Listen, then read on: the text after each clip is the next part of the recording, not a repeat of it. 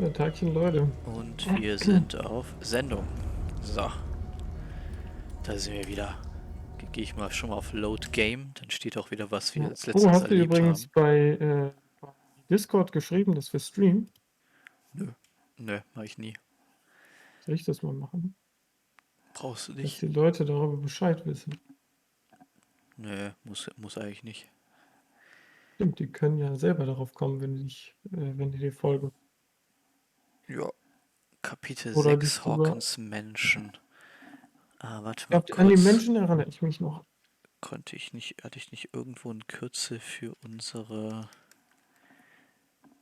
Ne, aber ich kann deine Cam kurz wegschieben. So.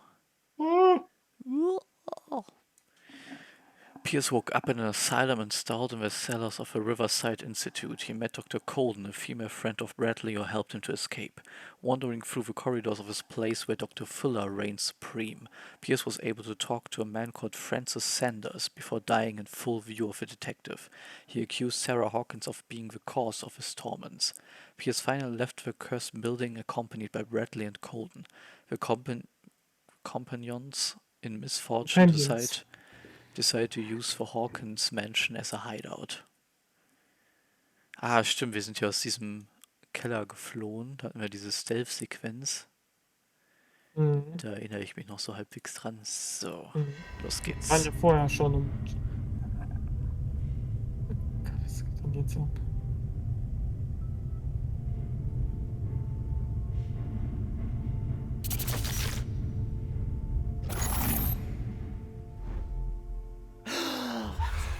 Who goes there? That nightmare again. I need a drink. Eine süße Anspielung. Wenn er sagt, Who Goes There, so heißt die originale Kurzgeschichte, auf der The Thing basiert. Jetzt muss ich erstmal wieder die Steuerung gucken. Konnte ich nicht irgendwie, ich hatte doch irgendwie... Feuerball! Ah, hier. Wie habe ich das gemacht? Mit Scrollrad? Okay. Aber die ist nicht an. Ja, muss vielleicht links klicken oder so, dafür, dass es angeht. Wie komme ich da auf mein Inventar?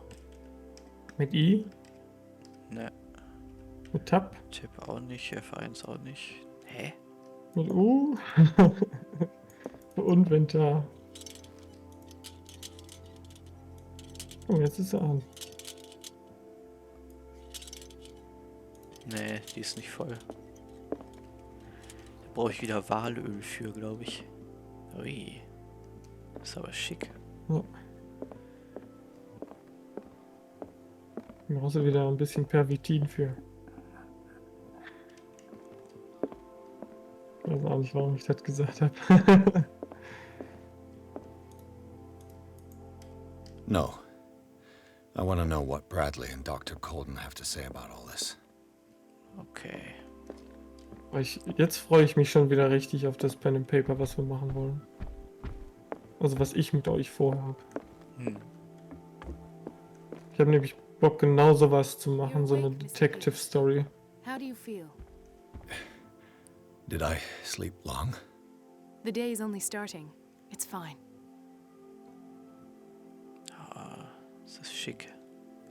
Mhm. Ja, müssen wir auf jeden Fall vorher uns den Film Sleepy Hollow angucken. Mein liebster Tim Burton-Film. Liegt nämlich auch in so eine Richtung. How's our fugitive? Dr. Fuller hasn't reported your disappearance to the force, but that'll come soon. Bradley? Who else would it be? Mr. Pierce, are you all right? You look like you saw a ghost.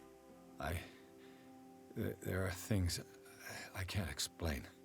Tell us. What happened?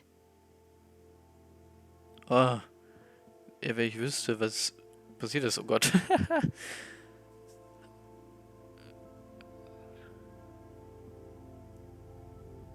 Achso, ich weiß noch ganz vage. Man ist in diesem Keller gewesen. Haben die irgendwas gespritzt? Ich weiß gar nicht mehr. Egal. I met a Francis Sanders. Do you know him? Of course, he's a patient. Or was. I haven't seen him since Dr. Fuller had him transferred to the basement.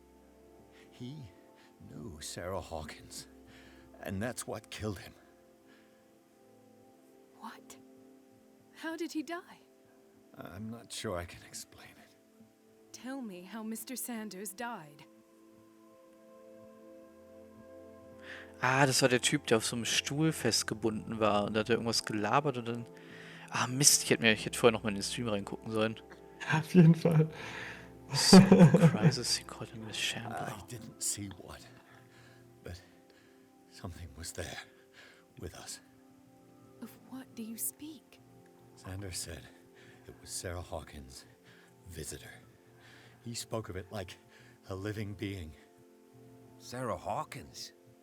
Have I missed something here? This makes no sense. I don't see how it can help crack the Hawkins case. You really think she's involved? How could she have murdered Mr. Sanders? Francis Sanders mentioned Mrs. Hawkins just before dying. It's no coincidence. You know, Francis Sanders was a well-known art collector. I guess you can still pay a visit to his wife, Irene Sanders. An art collector, you say? That's probably how they met. If you plan on having dinner at the Sanders household, please spare the widow the tale of her late husband's suffering. I don't agree. She deserves the truth. But that truth may be biased. We don't know the bottom of it. Ah, kleine Entscheidung. Schwierig. Nee, ich würde auch erstmal auf ihrer Seite You're sein. right. Without a plausible explanation for what I saw, let's not jump to conclusions. That seems wise indeed. Very well. I'll go to see Francis's widow. Perhaps I'll find a link between her husband's death and Sarah Hawkins. Don't end up in the hospital this time. I'll do my best. Okay, also ich weiß noch, dass wir Sarah Hawkins auf jeden Fall suchen. Ich weiß, dass wir da irgendwie entführt wurden und in diesem Keller waren. Und dass dieser Typ dann gestorben ist, den wir gefunden haben. Das weiß ich noch alles so ungefähr. Let us go now and learn the truth about what's happening on this island. The other night's events are still confused in my head.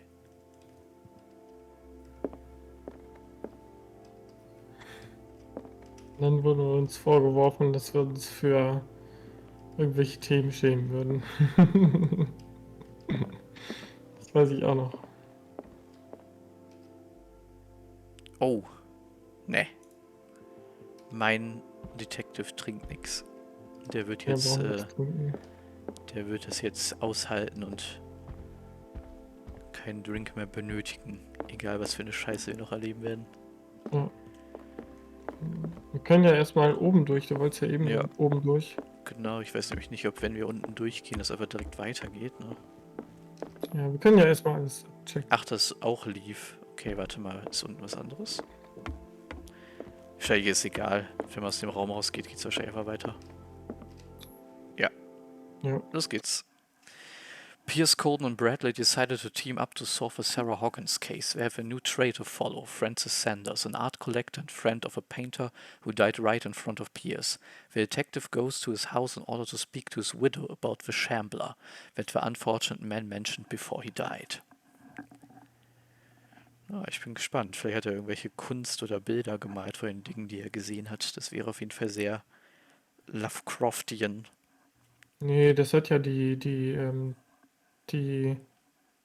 Sarah Hawkins gemacht. Und er ist ja ein Kunstsammler und hat, glaube ich, ein paar von ihren Bildern sich gesnackt. What can I do for you, sir? Mrs. Sanders, I'm a private detective. We must talk about your husband and his ties to Sarah Hawkins. Can I come in? You may. However, before we go any further, please know that my husband died yesterday. That is precisely what brings me here. Well, well, look who's here.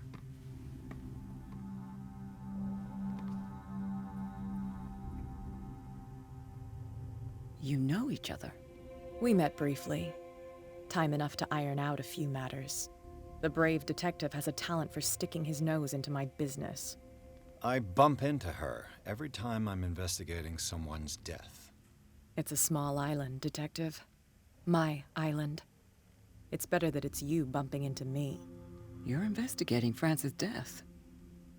Why? Who hired you? I spoke to Francis before he died. His story suggests a link to a case I'm working on. Well, since this business has got nothing to do with me, I'll be in your husband's office, Irene.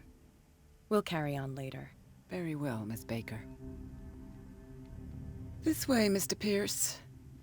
And do make yourself comfortable. It would seem that you have much to tell me. Genau, die Cat haben wir in der Bar getroffen und dann waren wir in diesem Hinterhof, wo sie uns dann von ihren Schlägern hat verprügeln lassen. As to when you had the opportunity to talk to my husband? Yesterday, I met him at the hospital. He spoke to me about Sarah Hawkins. Oh, of course he spoke to you about her. That's all he talked about. Sarah Hawkins and her paintings. Please forgive my tone. The fact is that I have not been allowed to see him since he was interned. You, on the other hand, a perfect stranger, were able to see him and even talk with him the day he died. How was he? Were you present when he had this attack? What happened? Das ist ein bisschen schade. Die Voice Actors sind geil, die Atmo ist geil, die Grafik an sich auch. Aber die Charakteranimationen, ne? Die sind einfach nur schrecklich. Also einfach, Ja, aber es auch ist so diese Bugs, schade. immer die, Ja, immer ja. die Röcke hochfliegen Ja, und ja, so. wollte Das gerade ist so ein sagen, bisschen bei den Frauen immer die Kleider, ätzend. die haben offensichtlich so eine Physik, aber die reagieren halt, wie man sieht, auf jede Kleinigkeit und dann spacken die da die ganze Zeit so rum und sowas, ne? Und in den Cutscenes ist es so schade, die Gesichter sind wie so Holzblöcke, so kaum irgendwelche Emotionen. Mhm. Also alles Ja, drumherum das ist gleicht nett. das ganz gut aus, aber es ist sonst ist manchmal ein bisschen ablenkend, leider. Mhm. What happened? Ich würfel auf Psychology. Jetzt habe ich meine Werte natürlich nicht drauf. Naja gut, wir sind noch recht am Anfang, da haben wir jetzt noch gar keine so speziellen Werte. Obwohl, eigentlich hatten wir schon recht gute Werte, meine ich. Ich weiß aber nicht mehr, was unser Psychologiewert war, deswegen. Ja. Ja. He died screaming right before my eyes. Ich habe ja auch ein paar Würfel. Wir können auch würfeln auf Psychologie. I was no longer there when it happened. You taken it quite well. Ja, das ist ja schon eine Anschuldigung. Also komm, ich probier's aus. Und What das klingt ja happened auch to nicht your so, husband is terrible, Mrs. Sanders. But from what I saw, it was inevitable. The man I met yesterday had lost his reason. He suffers no longer, if you would allow me such a platitude. Of course. Thank you for your kind words. Nobody in that hospital would have deigned to speak them to me. However, it will require more than that to soothe my mind. I need to understand. How could this happen? In a reputed institute? And right before your eyes? Did you not do anything to help him?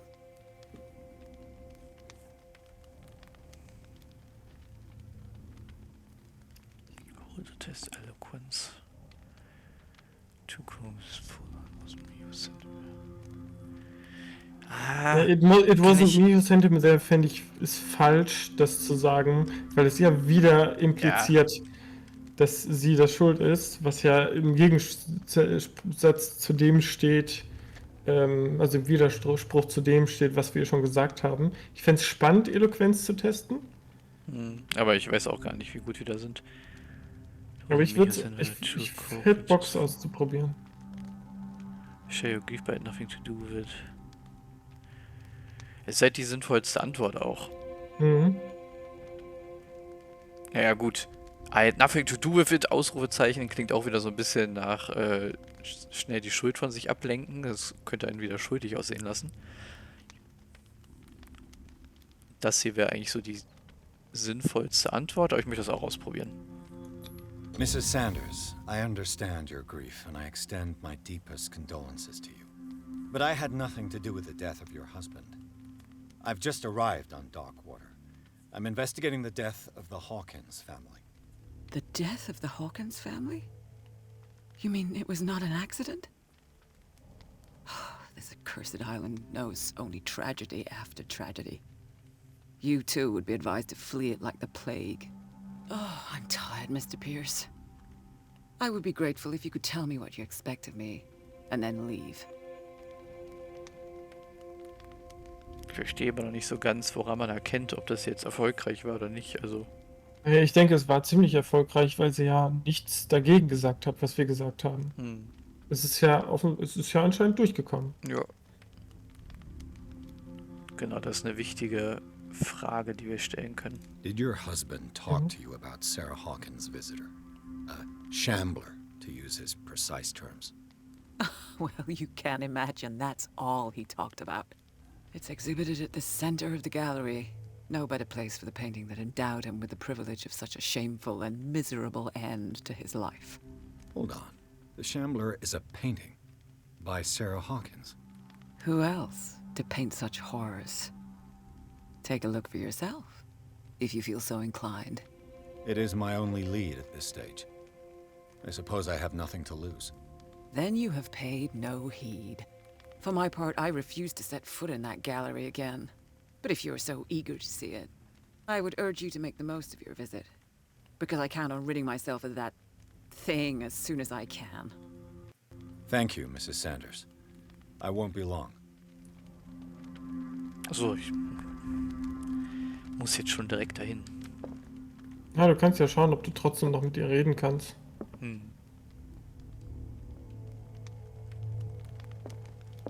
Ich aber erstmal kurz umschauen.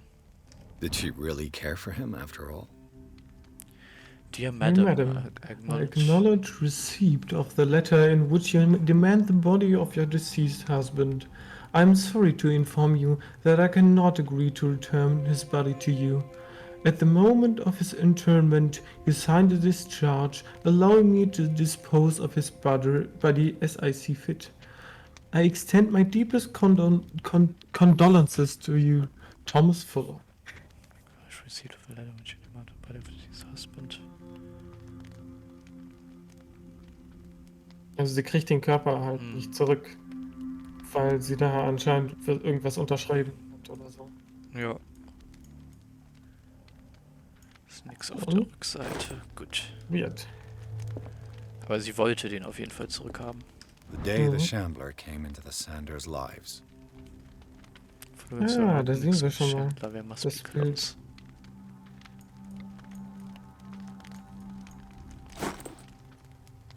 New clue memorized photograph of sense. Ah, okay. Oh, Es gibt wieder eine Scene Reconstruction.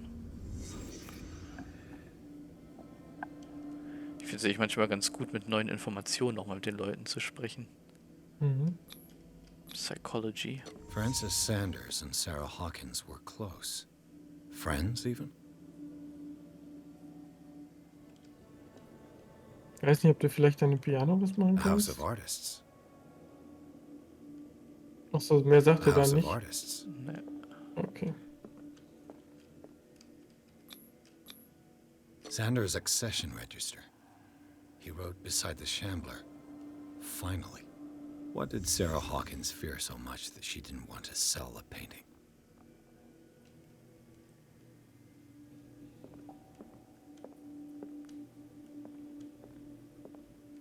He finally won. Was Sanders aware of his imminent doom? Ja, weil wir nur eine vage Vorstellung von einem Bild haben, verschwimmt das so. Mega cool. He didn't want Sanders to have the painting. She must have felt devastated. Was she jealous of Sarah Hawkins?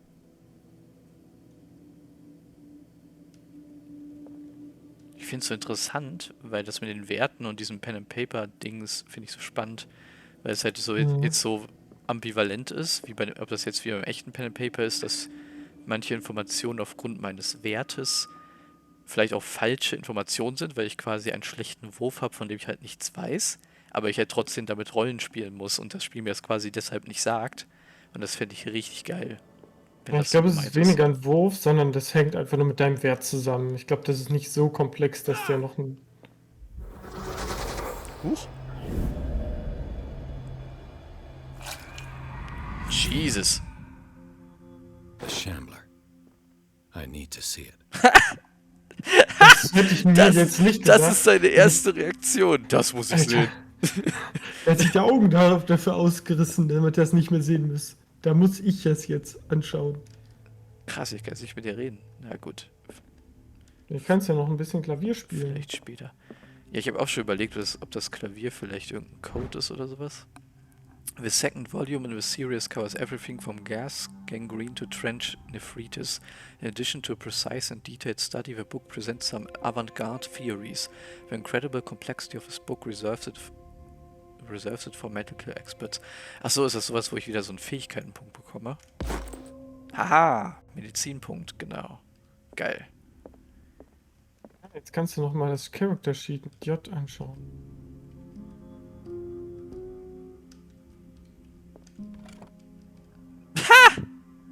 Habe ich aus Versehen das Richtige gemacht? What the fuck? Is this dagger part of Sanders' collection, or was he seeking to acquire it? Der durch sehr Power bereit aus. and Mysticism, Forgotten Objects, is a collection written by Francis Sanders. In it, he catalogues and categorizes objects from all ages and origins that are linked to occult or mystical practices. It is opened at the page of a dagger that bears a symbol that is not unknown to me. Okkultismuspunkt, fett. Okay, ich habe jetzt aus Aber Versehen das jetzt richtige Stück gespielt. Character Sheet rein. Guck mal ins Character Sheet rein. Ja, ich weiß noch nicht mehr, wie das geht. Ah, ja, J Ja. ist das. Okay. Pierce, so. Huch, nein, das wollte ich nicht. So. Ah, ich habe sogar noch Punkte. Warte, wo sehe ich denn, wie viele Punkte ich vergeben kann? Ah, da. 7 CP available character points. 7 Punkte hast du. Genau, Medicine and the Occult Skills can only be improved by objects. Genau, die haben wir gerade gefunden. Ah, okay, ja, ist klar. Und der Rest Aber halt es- mit den Punkten. Ist ja super geil. Aber wir sind bei ey. allen Spot Hidden- wir sind bei allen Spot Hidden finde ich. ziemlich ausgeglichen, finde ich gut. Ja, nur bei manchen hast du so einen mehr. Bei Investigation, Psychology und Strength hast du einen mehr als bei den anderen zweien. Hast du einen mehr drauf geklickt. Du kriegst ja immer nur so einen Teil davon. Ach so, Weißt du das das? meinst du. Ja, ja. Ja, Was meinst du mit Spot Hidden? Spot Hidden, denke ich, ist eine wichtige Ability. Das ist so ein bisschen wie heißt das nochmal? Dieses schönes Ödland oder sowas bei Ach so, New Vegas? nee, das ist was anderes. Hier ist es ja wirklich, wie gut ich so Sachen. Also hier, ich merke ja, wenn ich jetzt so in dem Raum mich umgeguckt habe, ne, da merke ich ja, dass erst wenn ich direkt vor den Sachen stehe, werden die mir ja quasi erst als wichtige Objekte angezeigt oder gehighlightet. Und ich glaube, wenn ich den Spot Hidden Skill improve, dann werden die mir, wie in manchen anderen Spielen, auch so gehighlightet, wenn die weiter Nein. weg sind oder so, dass man die schneller sieht. Lies das nochmal durch. Da steht: An undiscovered object will not appear in game. Ja, das auch, genau. Ja. Improving the skill increases your chance of finding in objects. Okay, vielleicht werden die gehighlightet, aber das wissen wir nicht genau. Genau. Wir können ja nochmal ein bisschen alles verteilen. Ich möchte aber nicht zu safe auf alles so Allrounder-mäßig gehen. Ich möchte mich schon so ein bisschen zwischendurch so leicht spezialisieren. Investigation represents the investigation talents, improving the skill, increases your chance of understanding past events, finding a crime scene or an object, and of picking locks. Das klingt auch geil. Was ich cool fände, ist, wenn wir da halt das hochleveln, was wir auch gemacht haben. Jetzt haben wir ein Eloquenz-Dingens bestanden, dann können wir auch auf Eloquenz ein bisschen mehr gehen, finde ich. Also das ist so mein Feeling, was ich dabei habe. Natürlich ist das dein Game und dein Spielstand. Nee, Du wir kannst machen das was schon, wir machen das schon wie du willst. zusammen. Das Okay, ist schon, also- das ist schon unser Charakter. Ja, das mache ich zum Beispiel bei Fallout New Vegas, was ich gerade spiele, auch so. Dass ich, keine Ahnung, wenn ich jetzt einen Lock mehrere Locks gepickt habe und viel eine Fernkampfwaffe genutzt habe, dass ich das dann auch hoch level. Ich habe jetzt die letzten 4 Punkte benutzt, weil ich die genau für Psychology benutzen kann. Also wir Psychology ist schon mal Expertenlevel, das finde ich schon ganz geil, weil ich... Ja, du hättest aber auch die meisten anderen hochleveln können. Also Eloquenz hättest du auch hochleveln können. Ja, aber nicht komplett. Doch. Da habe ich ja schon einen Punkt draufgesetzt für später. Improving Ja, the ist auch skill egal. increases the chance of understanding the motivations of a person based on his or her behavior or on the analysis of objects. Genau, das finde ich nämlich auch ziemlich geil. Ja, und Das jetzt ist musst du noch wichtig Enter geboten. drücken, um das zu validieren. Ja. Boom. Errungenschaft freigeschaltet. Detektiv Edward Pierce. Jetzt Erreiche will die ich noch bei den Expertenstufe anderen einer Sachen. Fähigkeit. Geil. Will ich noch bei den anderen Sachen schauen, so bei Sanity und sowas. Genau, da hatten wir Schauen. Nightmares, Shaken. The ordeals you have gone through have left their mark, but you still manage as best you can. You keep your mind busy in order to chase away doubts and painful memories. You still have some way to go. Who knows where your mind could lead you along the path of insanity. Submerged City, also, da sind wir auch Shaken. Achso, Shaken ist insgesamt unsere Sanity. Mhm. Ich verstehe noch Und nicht, das sind nur die ob das verschiedenen. hoch oder runter, was dann schlimm oder gut Ich wäre. glaube, das füllt sich. Also wenn Shaken komplett full wäre, das wäre ein Problem, ne? Ja, ich meine schon. Da habe ich Nightmare, Submerged City, The Ritual, Macabre Discovery, Death of Francis Sanders. The weirdness of Francis Sanders' death went far beyond anything Pierce had ever seen. Lifted off his feet by an invisible force, the poor man's body was carried into the air before being thrown violently against the bars of his hiding place. Pierce, powerless, watched the limbs break and Sanders' body crumble to the ground. During long moments of agony, the detective saw nothing that could explain this event. Weakened by his wounds and the operations he could remember undergoing, Pierce begins to question his ability to tell the difference between reality and the nightmares that haunt him. Ja, jetzt erinnere ich mich auch langsam wieder, was letztens passiert ist. So, jetzt können wir uns noch ein paar Leute anschauen.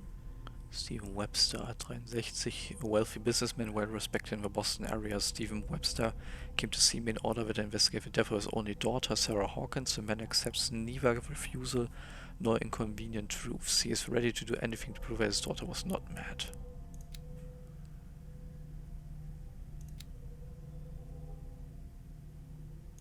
Sie ist Sohn, ach, sie hat noch einen Sohn, alles klar. Und alle Deceaseden werden dann ausgegraut und gekennzeichnet. Wait, ist der auch tot? Ah, krass. Genau, das war der Captain, das ist der Police Officer, Ship Owner. Sie ist ein Doktor. Mhm. Der war ein Art Dealer, alles klar. Genau, ein Bild von Sarah Hawkins haben wir schon mal gesehen, genau. Mhm. Sie und der Junge sind das dann offensichtlich. Und dieser Typ, der uns auch fertig gemacht hat. Ich glaube, das ist der Dad. Könnte sein, dieses Zeichen müssen wir uns auf jeden Fall merken. Ne, geh gleich nochmal auf Inhabitants. Sleeping Artist.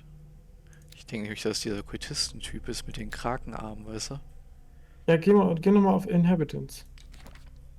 Dann geh auf den in der Mitte in der dritten Reihe.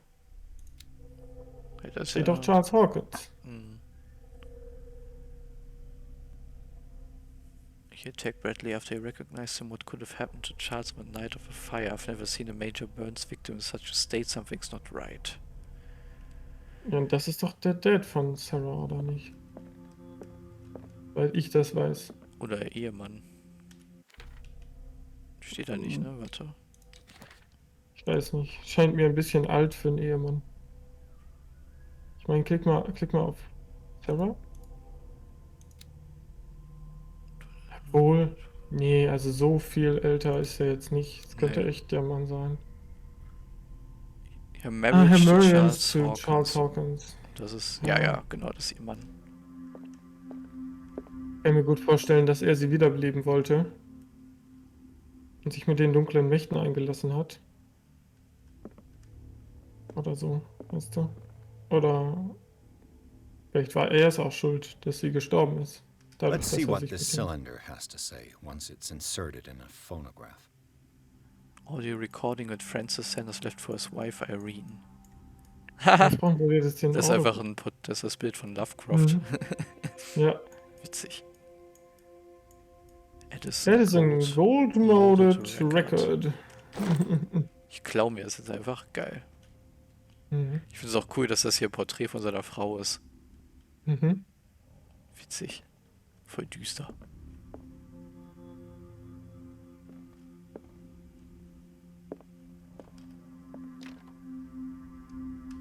Schade. Moment, kann ich das lockpicken? Nee.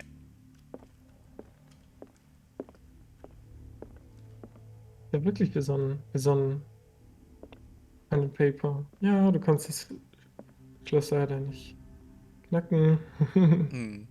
Das ist das Zimmer von der Cat. Nee, das ist nicht das Zimmer von der Cat, das ist das... das Arbeitszimmer, ne? A Ja, strange Amerindian pendant.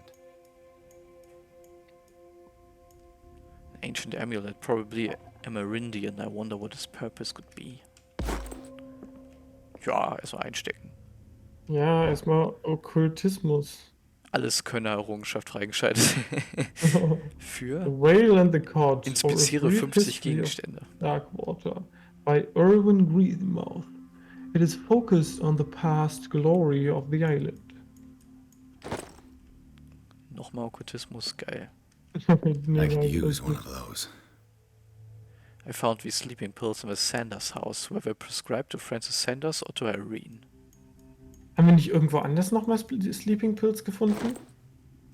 Ich meine schon. Ich glaube in seinem Büro am Anfang. Strange. For months, Sarah Hawkins refused to part with her painting, to finally give it away for nothing. Dear Francis, I beg you to give up all hope of ever owning this accursed painting. If our friendship has any meaning for you, please spare me the weight of guilt. I cannot be the architect of your fall.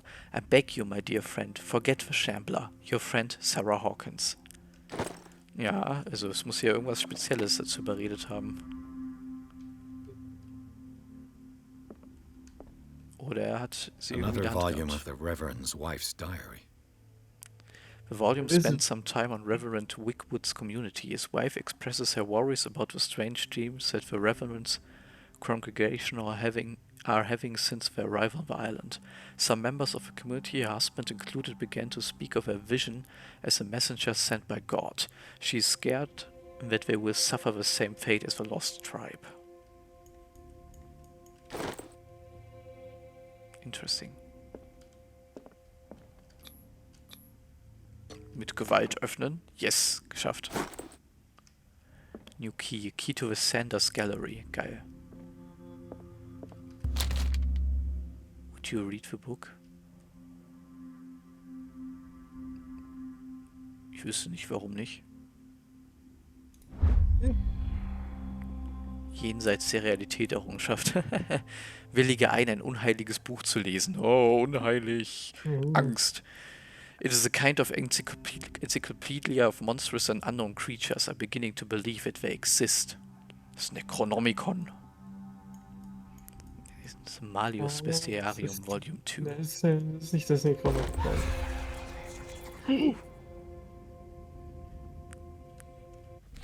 Alter, wir müssen jetzt richtig viele Okkultisten-Points kriegen. Wo hab ich's? Da. Ja, guck mal, wir sind schon fast Expert. Irgendwann waren wir noch nicht mal Professional.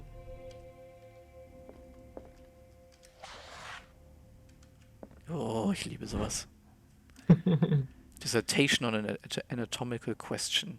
It is the work of a student in book form. Although the observations are relevant, they lack the expertise of an experienced physician. However, the questions asked allow us to imagine new ways of exploring human anatomy. Medicine! Wait, müsste ich jetzt nicht schon...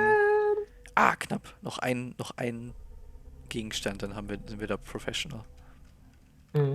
Das kann nur hilfreich sein. Geilo! Fortschritt. Du kannst ja noch mit Cat reden. Aber das ist wirklich wie so ein digitales Pen and Paper. Also auch, dass man so unglaublich viel lesen und erstmal verstehen muss. Das ist halt absolut kein typisches so Horror- oder Action-Game oder sowas, aber das finde ich gut. Also wie gesagt, ich habe das andere Call of Cthulhu ja gespielt, was mehr so ein Horror-Stealth-Game war und das war nicht so toll. That's twice you've stepped on my toes, Detective. Try not to make a habit of it. I've got a lot of bad habits. Some can be more fatal than others. What have you come looking for in this gallery?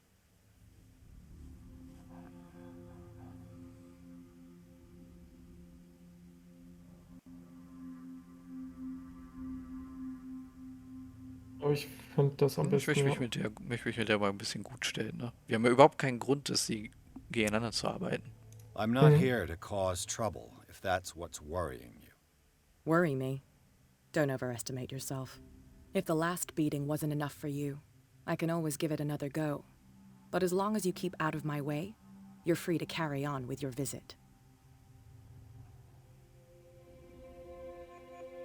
I found this drawing of a dagger.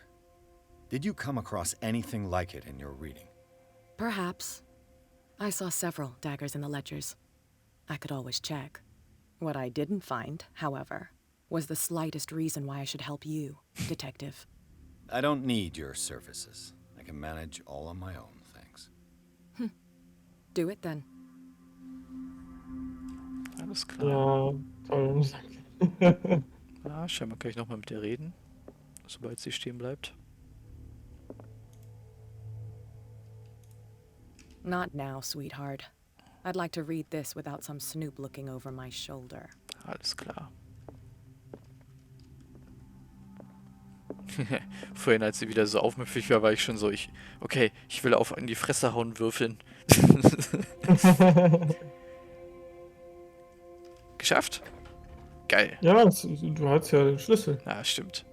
Man muss ja nicht mal in die Fresse hauen würfeln. Du kannst ja einfach sagen, ich hau dir in die Fresse.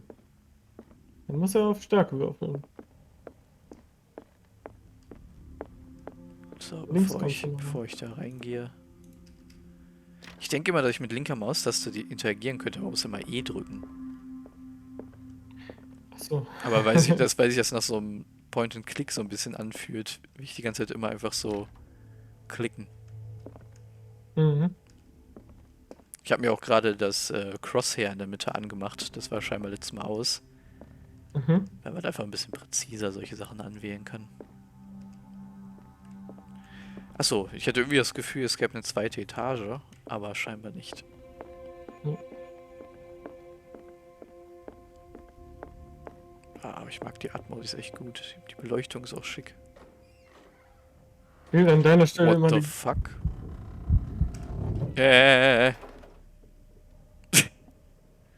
Okay, ich dachte eher, Alles ich gut. gucke da rein. Das hat ihm auf jeden Oh, Fall das Angst gemacht. sieht echt aus, als würde es gleich zu einem Stealth-Level werden. Wirkt so, ne? Vor allem, dass alles so Alter, guck riesig dir mal ist. die Decke da hinten an. Hinter dir. Da haben wir schon eine Fischperson. Ja, ich guck gleich. Ja, okay. Ich gehe Sieht abgefuckt systematisch alles ab. aus. Ah. Das ist... Ah.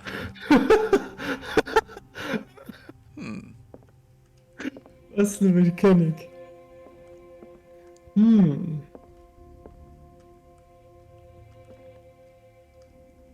Aha. Alter. Schon geil. Da war noch was du in dem Raum machen konntest.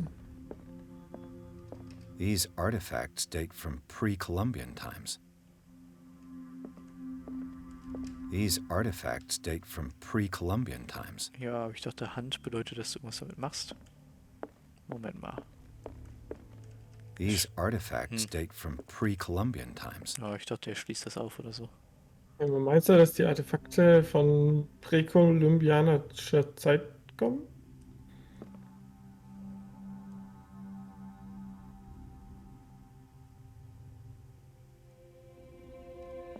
Aber wenn man die Atmung so ein bisschen auf sich wirken lässt und einfach nur in diesen Raum guckt, dann muss ich sagen, werde ich schon leicht nervös. The public entrance to the gallery.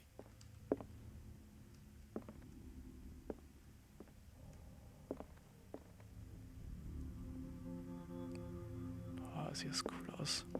The man transforms an entire wing of his manor into an art gallery. Und was für eine.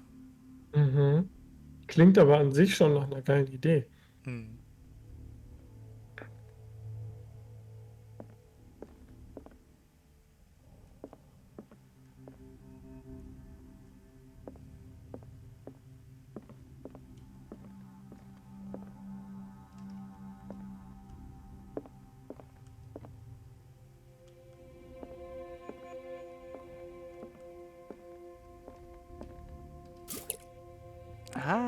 für meine Lampe.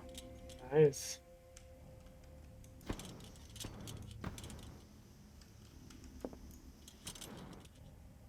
Ich verstehe nicht, was er da macht. Dann machst du es heller. Ah, Damit okay. machst du es heller. Ich fülle es nochmal auf. So. Nee, warte. Überprüf doch erstmal den Rest des Raums.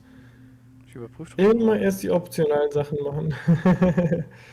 Und dann die Hauptquest. Ja, aber ich wusste jetzt nicht, dass das der Shambler sein soll. Achso, doch, das ist der Schämmler. Weil nämlich Das sieht. Boah, weil- das finde ich geil, die Statue. hier, ne? So eine dämonische, engelmäßige Statue. Das ist so eine Mischung aus Dämonen und Engeln. Das Witzige ist nämlich, dass auf dem Foto sieht nämlich aus wie dieses Gemälde. Deswegen bin ich jetzt nicht davon ausgegangen, dass es da schon weitergeht. Nee, das andere Gemälde war auf jeden Fall das. Ich glaube, du kannst ja auch das Foto nochmal umschauen. In deinem Inventar.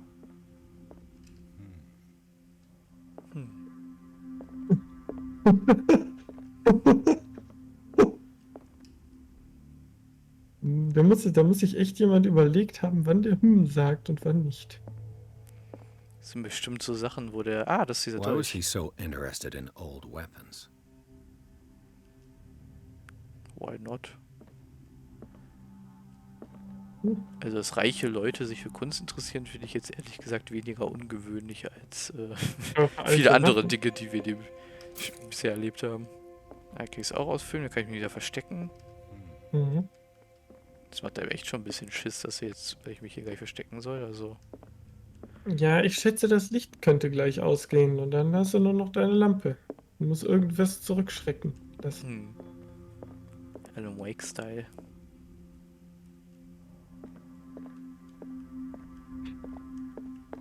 kommt immer wieder zu Alan Wake zurück, ne? Ich könnte mir auch vorstellen, dass gleich der Shambler kommt. Aha. Far from possessing the talents of Sarah Hawkins, Sanders drew a dagger with a tortured form down to the smallest detail. The guard carries a strange, esoteric symbol, a recurring feature of his current correspondence with Sarah.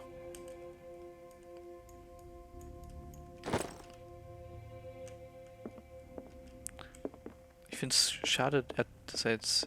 Das ist doch der Dolch, der da hinten lag. Darauf hat er gar nicht reagiert.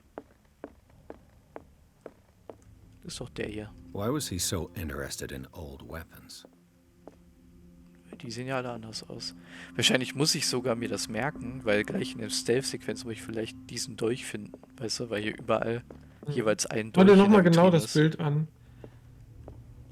Das ist der 100 Pro. Ich meine, es gab noch einen Dagger, der sehr ähnlich aussah. Das ist der. Kann ich Aber habe ich nicht noch kannst andere dich bitte Kürzel? noch ein bisschen Warte mal. nach anderen Daggern umschauen? Ja, aber lass mich erstmal was anderes machen, nämlich gucken, Ja. ob es noch andere Tastenkürzel gibt. Es kann nicht nur J sein, da muss ich mich immer da durchklicken. Kann ich nicht irgendwie direkt auf Why was sowas? he so interested in old? Doof. Ja, ich weiß nicht, vielleicht kannst du es in deiner Steuerungseinstellung Ah, hier sieht man es auch. ändern. Das ist der auf jeden Fall. Findest du, ich finde, der sieht mehr nach so, also viel spikiger aus, als der da liegt. Weapons.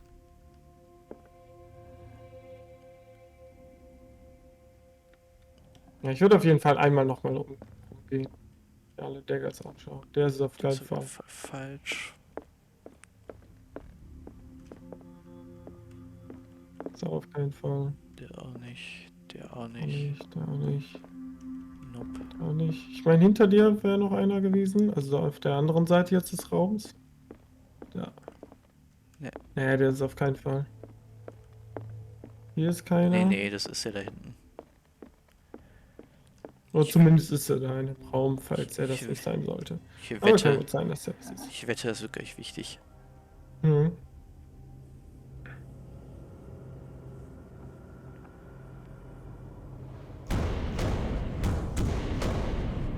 Ich kann ja noch gar nicht einschätzen, dass man dem Spiel so erwarten soll. Weil es ist jetzt nicht sowas wie The Evil Within oder so. Mhm.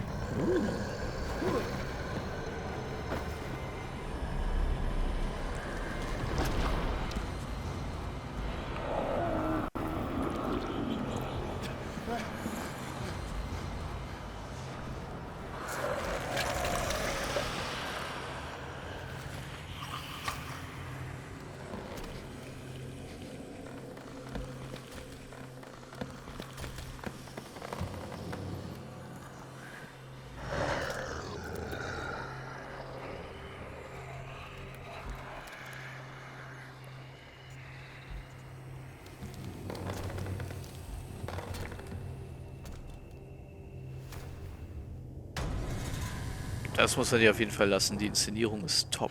What the hell was that? Also die Inszenierung ist richtig klasse. Mhm.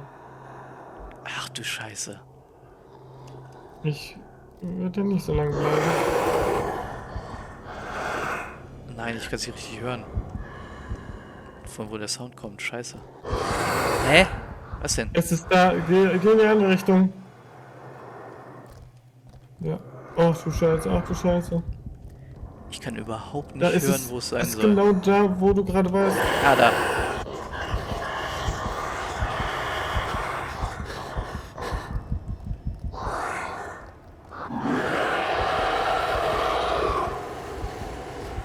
Lampe raus. Ah, nein! Oh, Mann.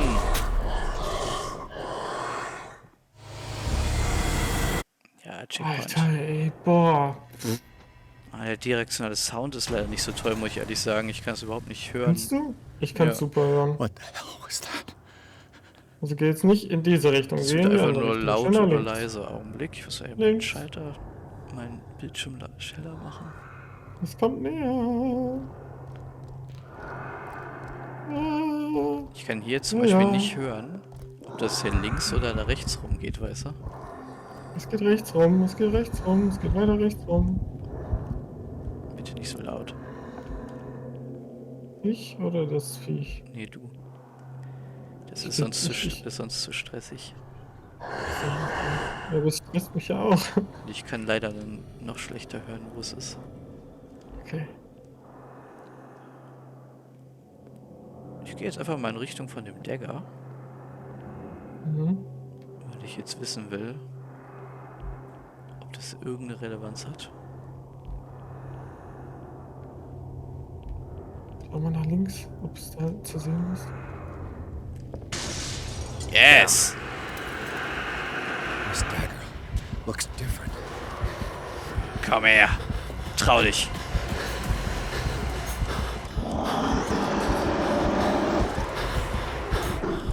Ich weiß nicht, ob ich es irgendwie attackieren kann. Er blockt nur. Bringt mir das was? Nein.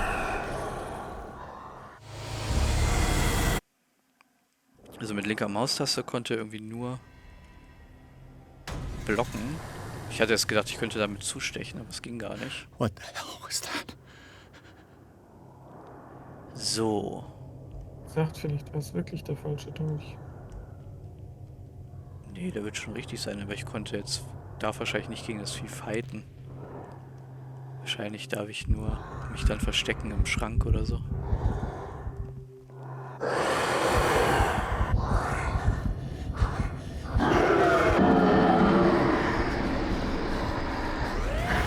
Das bringt mir ja gar nichts mit der Lampe. Licht bringt ja überhaupt nichts. Ja. Ich Alter, habe ey. das jetzt mal ausprobiert, ob das was bringt, dass er die dann so heller dreht, aber irgendwie hat das gar keinen Irgendwie Effekt. bringt das scheinbar gar nichts. So, dann einfach außen rum. What the hell was that? Kann ich mich um die Ecke lehnen? Nee, ne? Nee. Nee. Nein, falsche Taste, Mann.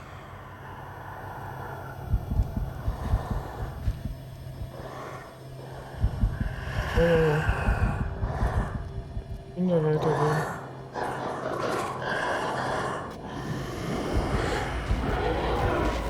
Oh Mann.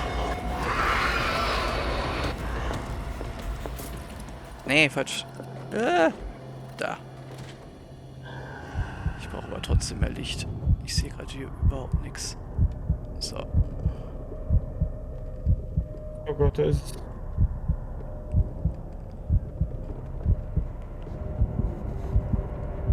ist es wieder weg. Mhm.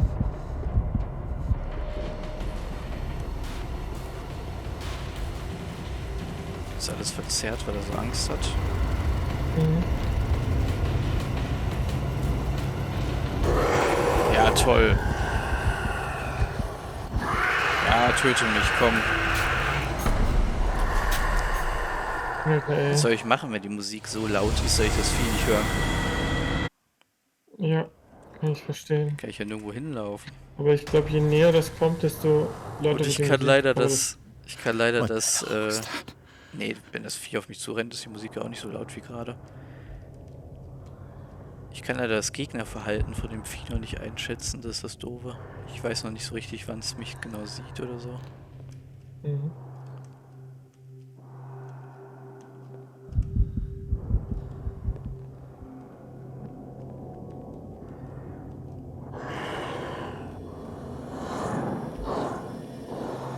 Jetzt hat es mich schon gesehen oder was? Ja. Jetzt ernsthaft. Ich kann ja nicht mal um die Ecke gucken. Ich krieg's echt auch Das gar sieht mich nicht. dann sofort. So.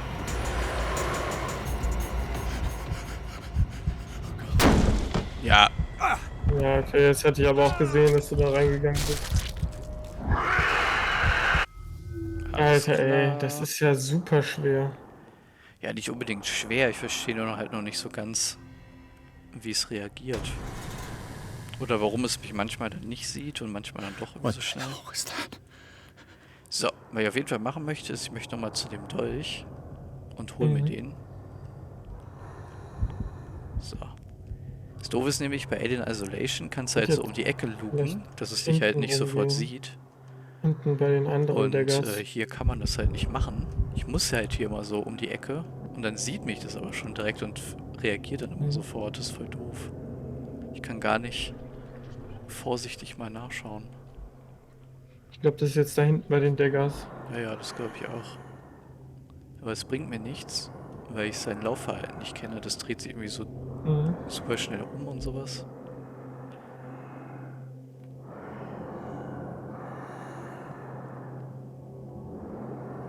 Ich glaube, es geht langsam links rüber.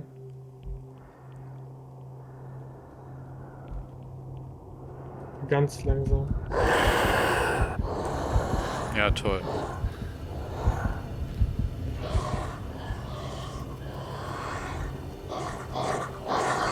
Das sieht mich schon, bevor ich es überhaupt erkennen kann.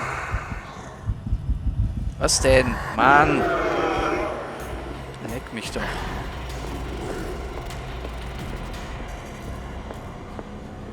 Ich renne jetzt einfach zickzack. Mhm. So.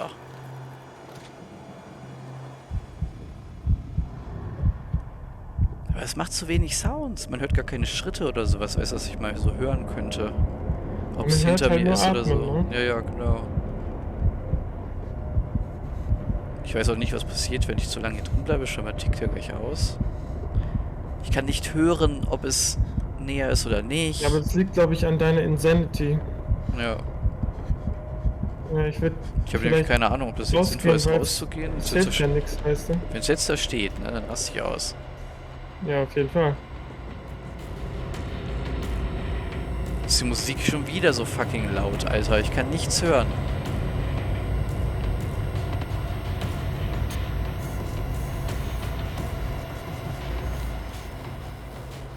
Ich will Jetzt hören, wo wird's das Vieh ist. So, jetzt. Wie gesagt, ich glaube, das liegt an deiner Insanity. So. Damn. This dagger looks different. So.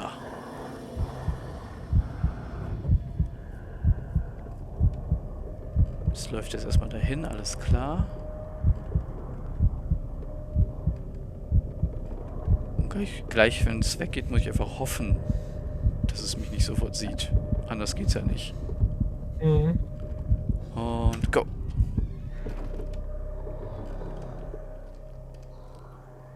So.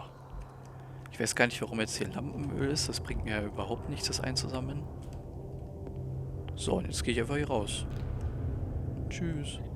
Entweder das Ich glaube, du musst zum Bild. I can't even touch it. Scheiße.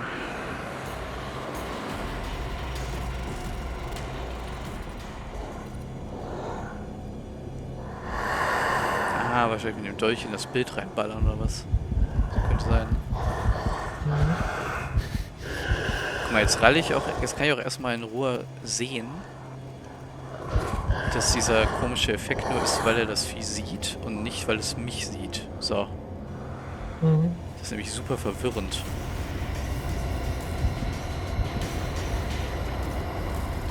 So, der Dagger leuchtet jetzt auch schon. Und... Yes! Oh, geile Idee.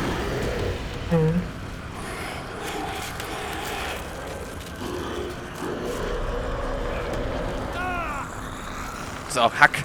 Hack, Junge. Hack. Hack. Yes.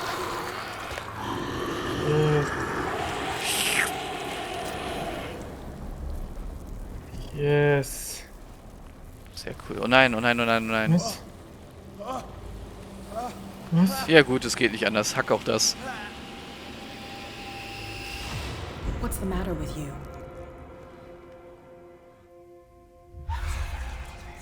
Aus dem Jenseits das Ding auf der Schwelle. Das sind meine Errungenschaften. You sure you won't be needing that hand? You're losing it, Detective. At this rate, you're right. The bottle will get you before I do. You didn't see anything. I saw you within an inch of putting a dagger through your forearm. Did I miss something more interesting?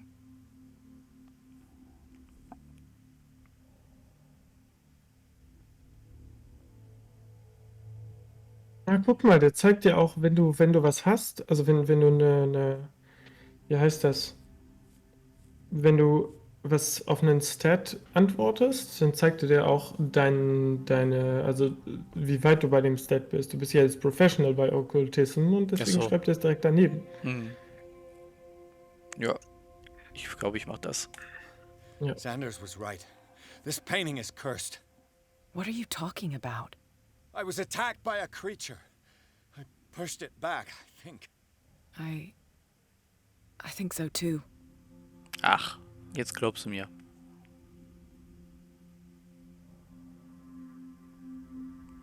The monster didn't hear anything. Das würde mich am meisten interessieren, ob sie das jetzt mitbekommen hat. I ran, screamed, broke a pane of glass. You were in the next room and you didn't hear a thing. If I hadn't heard a thing, I'd still be in the other room.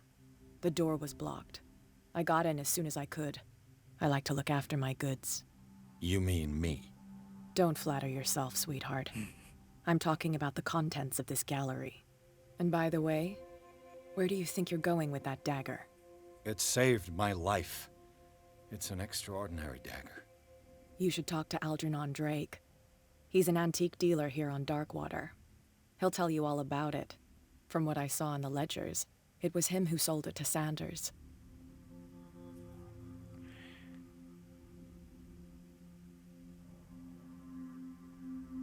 Ich würde vielleicht das nicht ansprechen.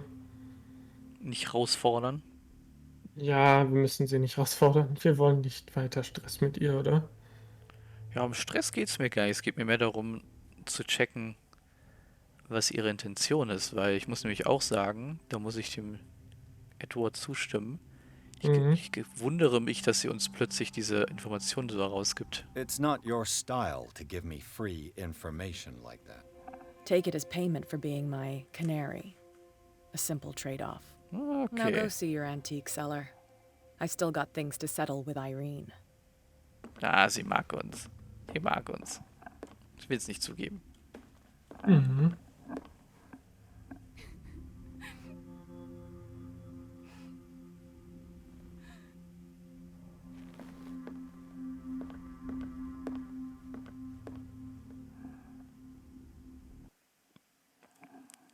The Nameless Bookstore. The Shambler turned out to be much more than an artwork painted by Sarah Hawkins, as a huge creature came out of a painting to attack Pierce after Pierce.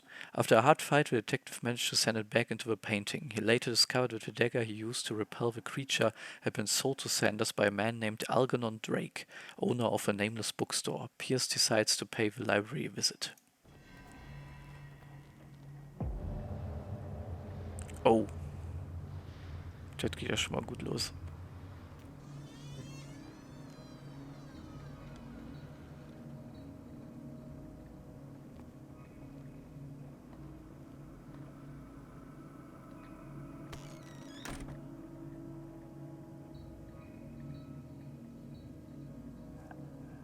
Where is the bookseller?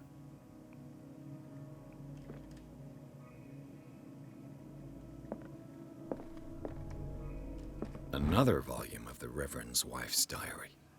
The pastor declared himself to be the prophet. He renounced God and worshipped a strange pagan entity with a monstrous appearance. His wife tried to reason with her husband, but in vain. He was convinced that he must listen to his voice in his head because it holds the truth.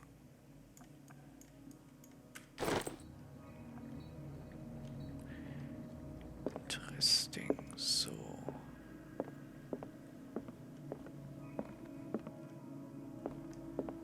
Nimm mir mal kurz eine Jacke. Ja. Darkwater History von Harry Campbell. A Puritan colony led by Reverend John Wickwood settled on the island during the 17th century. They named the island Darkwater because of the dark shades of the sea. They believed it was because of a peculiar color of the rocks surrounding the island. They erected the first buildings, among which were the Hawkins Manor, the church, and the cemetery. The rare documents and handwritten notes they left spoke of nightmares and deviant behaviors. They disappeared at the beginning of the 18th century. Der erinnert mich natürlich auch wieder an Alan Wake, weil der Cauldron Lake ja auch so unnatürlich dunkel ist. Es ist so klares Wasser, aber man kann komischerweise nicht sehen, wie tief es ist, weil es dann plötzlich so schwarz wird. Und so wird das Darkwater auch beschrieben. Ein Luftschiff.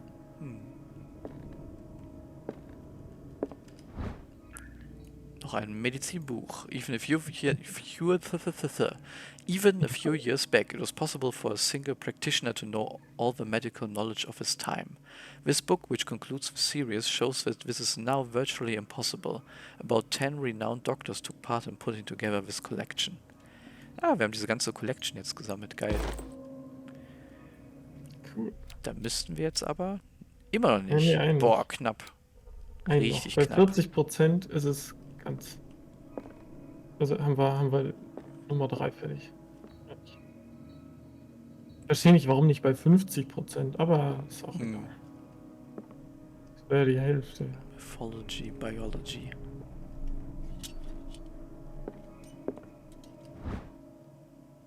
Precise and illustrated with as much detail as precise and illustrated with as much detail as the first volume. This book focuses on healing surgeries specific to malformations and motor disorders. So, Geilo. jetzt aber. Noch mehr Medicine. Geil. Provisional. Unter dir? Krass, nur weil ich die Lampe angemacht habe, sagt OBS Codierung überlastet. Would you read the book? Ah, ich weiß jetzt auch, warum die mich das immer fragen. Wegen meiner Sanity. What does this Ah, strange ich bin viel zu... This book contains unholy knowledge. Ich bin viel zu neugierig für sowas. Oh, das ist das Vieh, wogegen wir gerade gekämpft haben. This collection catalogs and classifies creatures that I had never heard of, divinities from the stars, creatures capable of traveling from one dimension to another. It represents itself as a reference work on the bestiary of a myth. Without giving details of the mythology to which it refers, its pages are covered with phantasmagorical illustrations. It presents, aber ist okay.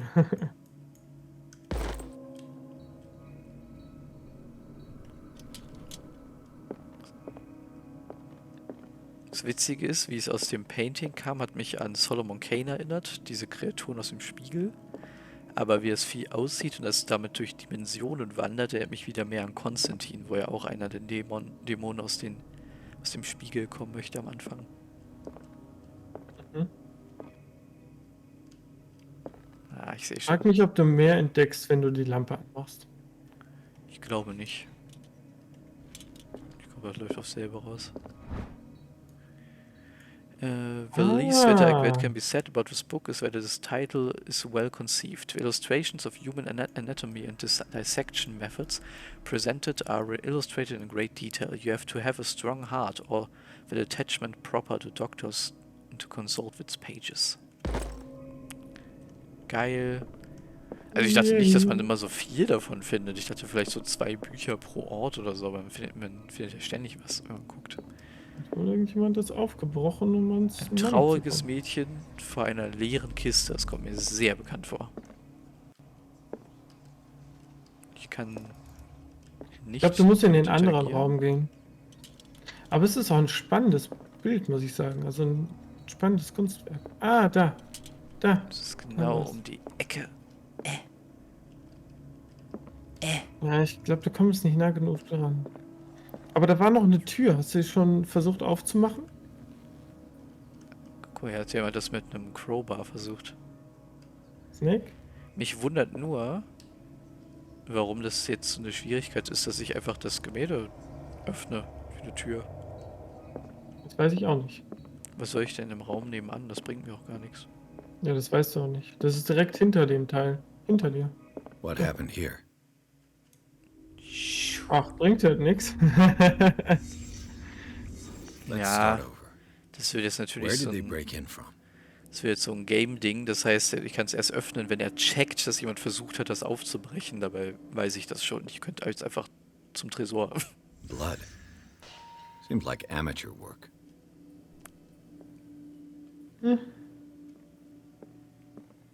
Er sieht wirklich sehr amateurhaft aus. This burglar seems to be rather clumsy. Hinter dir war, glaube ich, auch noch was. Hier wird überall was sein. Ja, da hast du wohl recht. Da.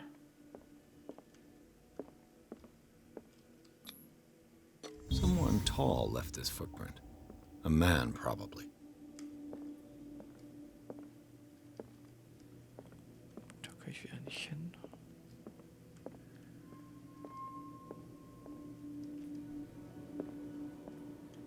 Jetzt, oh, es hat jemand aufgebrochen. What killed all these animals? What sort of thief leaves his tools at the crime scene? What happened that made the burglar flee before finishing his work?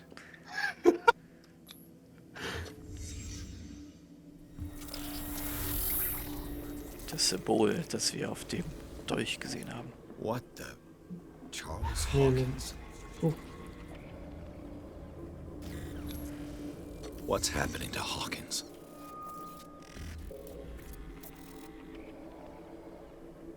What sort of power did Sarah Hawkins' painting possess?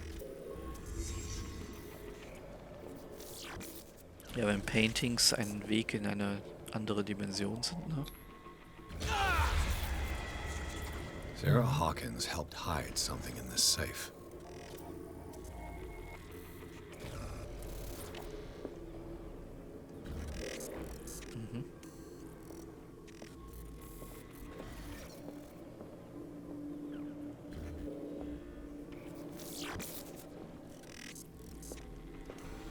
Ich muss sagen, ich finde es leicht weird unpassend, dass Glitch, Sound und Bildeffekte entstehen in so einem altertümlichen Spiel, aber naja gut, ist eine künstlerische Entscheidung. Drake put in a great deal of effort to hide whatever is in here. Everything is linked to the Sarah Hawkins case. Ja gut, wenn ich fertig bin. oh, ist viel zu hell. Aha, Drake left instructions on how to find the combination of his safe. geil. A page seems to be hidden here. It is possible to read. If somebody finds these memoirs, there will be no doubt that I am in serious trouble.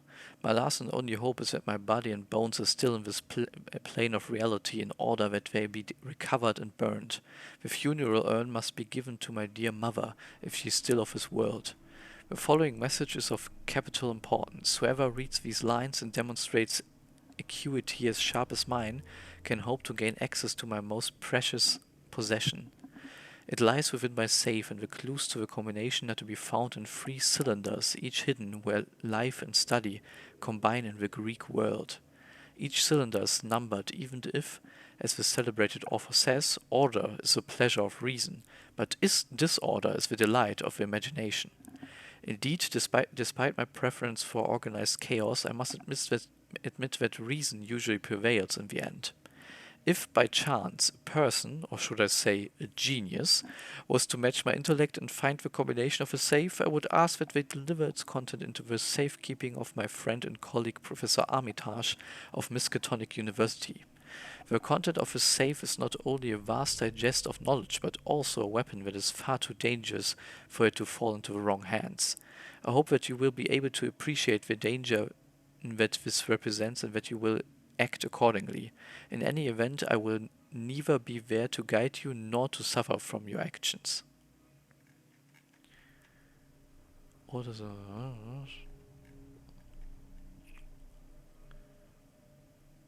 found the cylinders each hidden where life and study combine in the Greek world. Alles klar.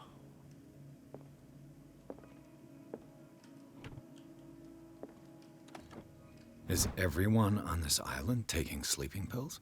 Das ist eine gute Frage.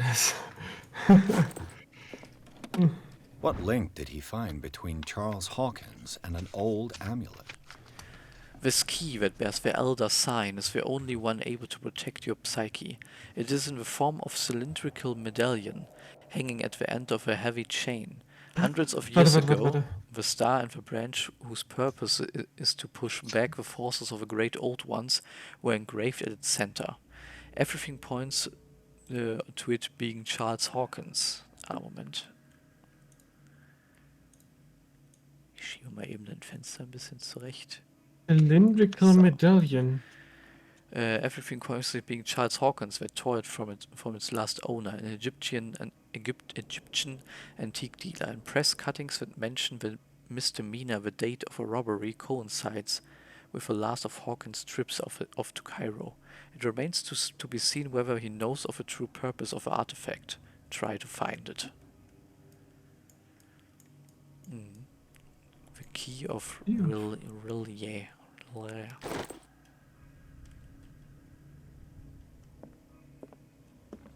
Okay.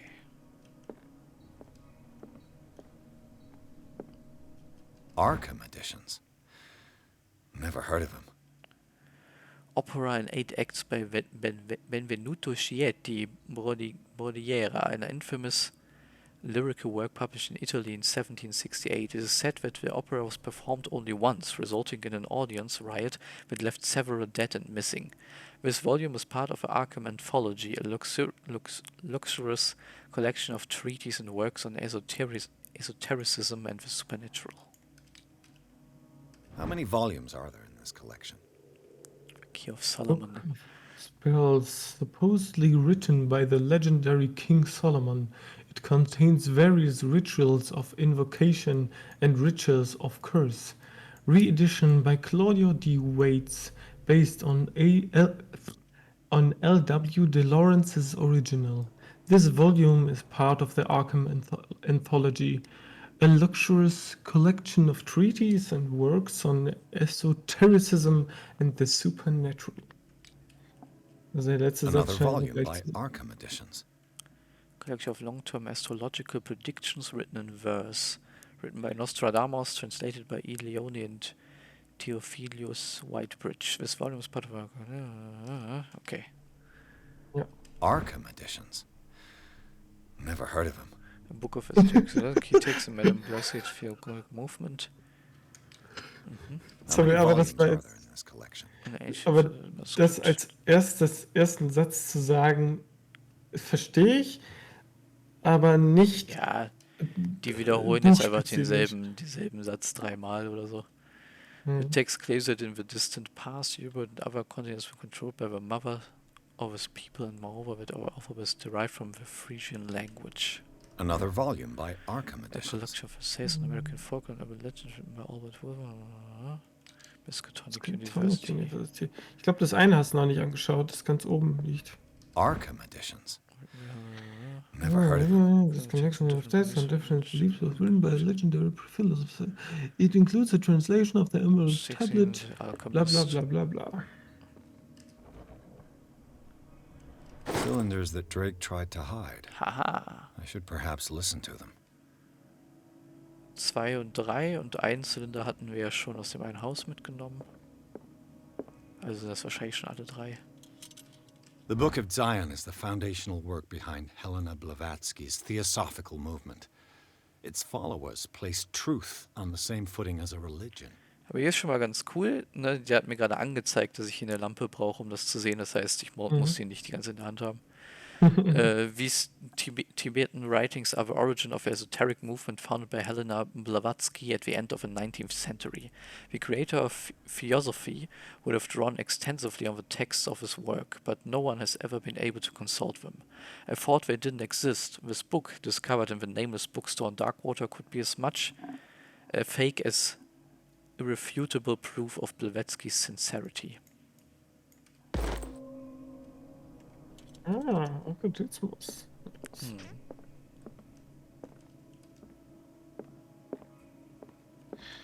Aber ein Buch über was Griechisches hatten wir bisher nicht, ne? Ich bin mir nicht ganz sicher, weil es sind manche Bücher über so Theologie oder Philosophie gewesen. Und das hat meistens, kam das aus der griechischen Kultur. Es könnte sein, dass sie sowas meinen. Ja, Philosophie kommt ja halt häufig aus der griechischen Kultur, kommt ja aus der griechischen Kultur im Prinzip, aber das muss ja nicht direkt, was denn dann an Griechisch, also muss ja nicht direkt die Lösung sein. This goblin seems to be very ancient. It seems to be made of gold and decorated with real precious stones. Do the rubies and sapphires make up a specific motive? Nee, glaube ich nicht. Things are not looking good. Ja, also der König ist auf jeden Fall umstellt. Ah, geil. And these red drops, like precious stones, lie fixed, set in divine gold. To be the guardian of the Grail does not protect me from its attractions, Henry. And I do confess it. I am willing to pay to know its secrets. Ja, der redet auf jeden Fall über den Kelch, den wir gerade gesehen haben. I finally understood that we were only pieces on the chessboard of the gods. Okay. Let those of us who are still standing protect our White Queen from their dark soldiers. I see our number dwindling, and my will strengthens as my apprehension grows. We shall refuse to be the playthings of destiny. Dear friend, I thank you again for the anthology of the works of Arkham editions that you sent me. Volume 9, Azathoth and Other Horrors, seemed particularly relevant to my research. I never tire of browsing through them. Okay. Nee, geh nochmal bitte dahin, Augenblick. nachdem du das angeschaut hast. In the 19th century, as the American whaling industry reached its peak in the rest of the world, whales gradually disappeared from the water surrounding Darkwater. This phenomenon appears even more mysterious because, up till then, the region was a favored refuge for Cetacans. In 1847, after months of pursuit, Scylla returns to port with a gigantic creature on board. Its crew asserts that the sea monster had eaten all the disappeared whales. After a night of ferocious combat, the survivors managed to drag the beast onto the whaling ship.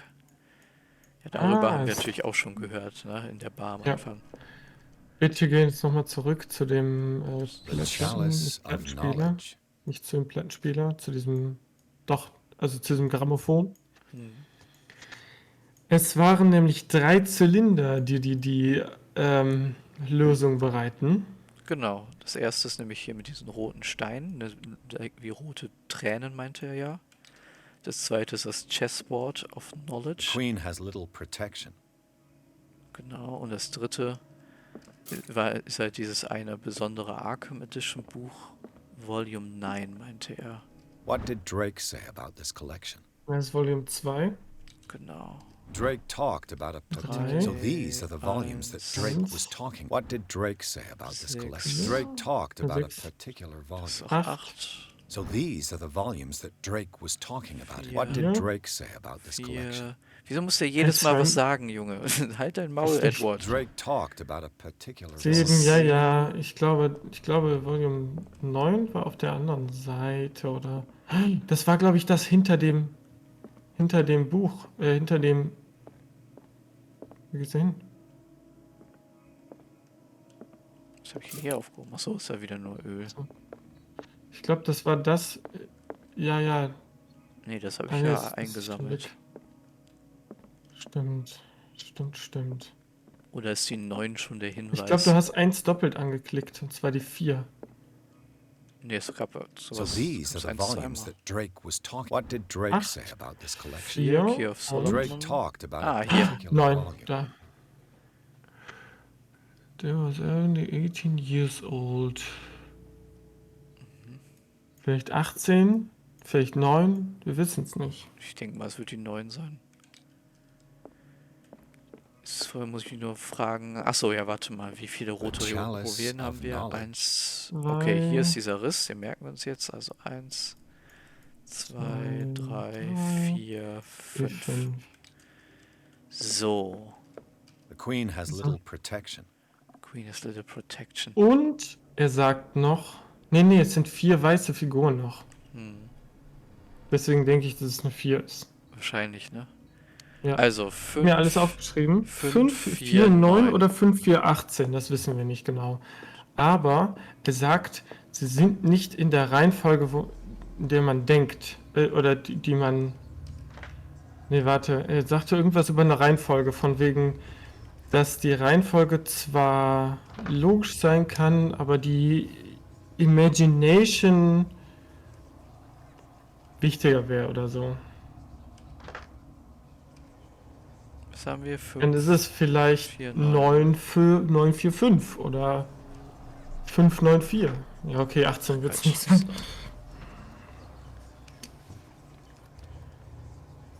Neun, 4. Das scheint von der Steuerung nicht so einfach zu sein. Ja, weil man muss sie halt nicht auswählen, sondern so, validieren, nee. 944. Vielleicht auch 945 hatte ich schon. 45 hattest du schon? 945 hatte ich schon. Nee, du hattest doch 549. Ja, dann habe ich die 9 geswitcht, hatte ich 945 gerade. Okay. 495.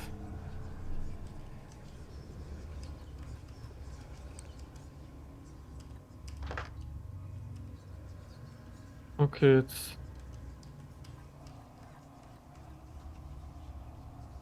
Nee, mach mal 459. 5.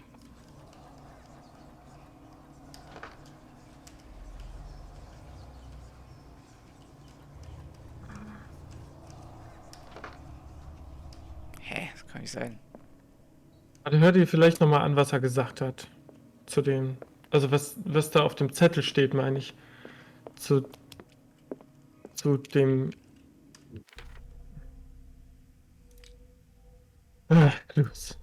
So. The key that best the undersigned soll.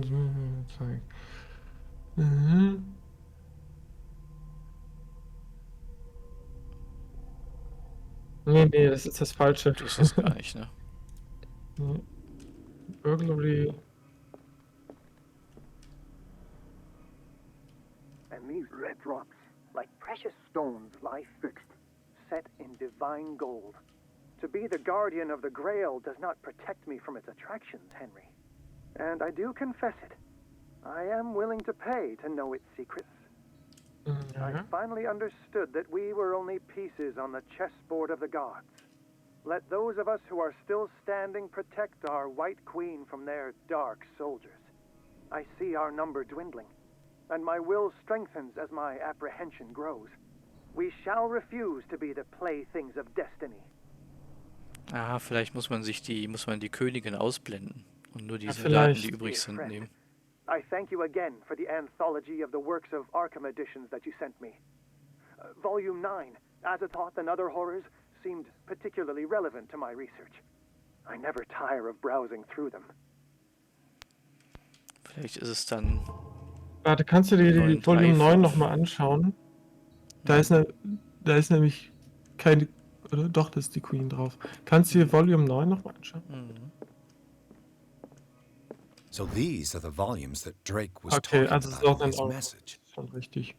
Ja, es wird 9 sein. Published in 1908, vielleicht ist es auch eine 8, wir wissen es nicht so genau. Nee, das wird Hm. wahrscheinlich die 9 sein. Aber ich nehme an, dass es mit der Queen wahrscheinlich in Wirklichkeit eine 3 sein soll. Ja, aber man die wenn wahrscheinlich er nicht Volume mitzählt. 9 sagt, dann Ha, brauchen ist wir es. das ja gar nicht. Ah, ja gut. Ja, die Queen darf man nicht mitzählen. Hm. Als ob wir direkt die richtige Reihenfolge hatten.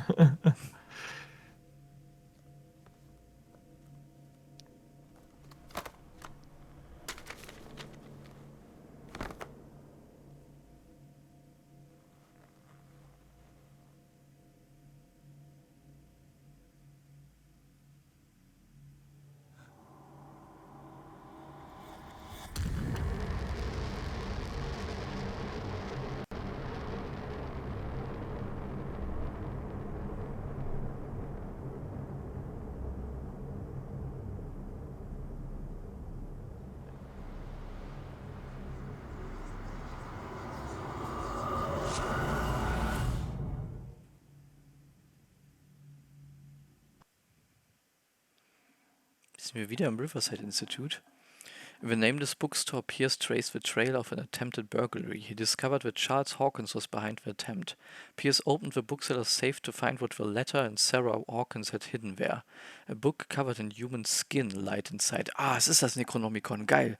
Irresistibly attracted the detective. When he opened it, his mind was projected into another body. Into another body, geil. Also wir wissen nicht genau, ob es das Necronomicon ist. Kann ja sein, dass sie auch andere Bücher geschrieben haben mit menschlichem Ja, menschlicher aber Haut als Einband. laut Aber ich in verstehe auf der, jeden Fall, wo das in herkommt. der Lovecraft-Mythologie und dann ist es natürlich auch in Evil Dead die Anlehnung, Mhm. ne? Bound in human flesh and Übrigens written in human blood. gibt, übrigens gibt es auch das Necronomicon als Hörbuch bei Audible. Mhm. Aber das ist nur so ein Fan-Ding. Es hat so ein anderer Autor dann irgendwann mal so geschrieben, aber es ist nicht ein offizielles, wie Lovecraft das jetzt gemacht hätte. Lovecraft hat das nämlich nie quasi offiziell rausgebracht, das Necronomicon Ja, in ich Klammern. glaube, das wäre auch ein bisschen schwierig gewesen, das tatsächlich rauszubringen. Dr. Colden, this man's condition is deteriorating. What says Dr. Fuller? It's his patient, after all. He's busy with Captain Fitzroy. He specifically asked us not to bother him when that's the case. Oh, of course. I'll see what I can do. Mr. Blake, can you hear me? I'm Dr. Colden. We'll take care of you. There's nothing we can do. I tried talking to him. He's catatonic.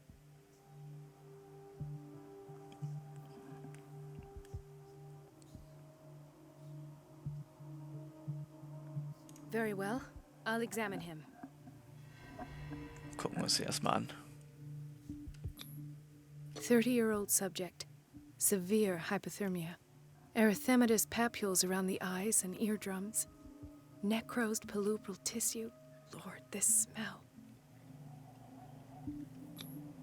His skin shows abnormal loss of color and seems dried out. He's totally dehydrated. His fingertips and toes seem to feature a slight ring under the skin. Tender at the touch. Slightly sticky. Severe malnutrition. Swollen abdomen with traces of petechia. Doesn't seem like an edema. Slight protuberances seem to indicate the presence of a foreign body. So, Doctor, an opinion? I'm not sure I have the necessary knowledge to treat this man. Don't say that. You're our most worthy doctor after Dr. Fuller. Some of his symptoms are beyond my comprehension. What did you find?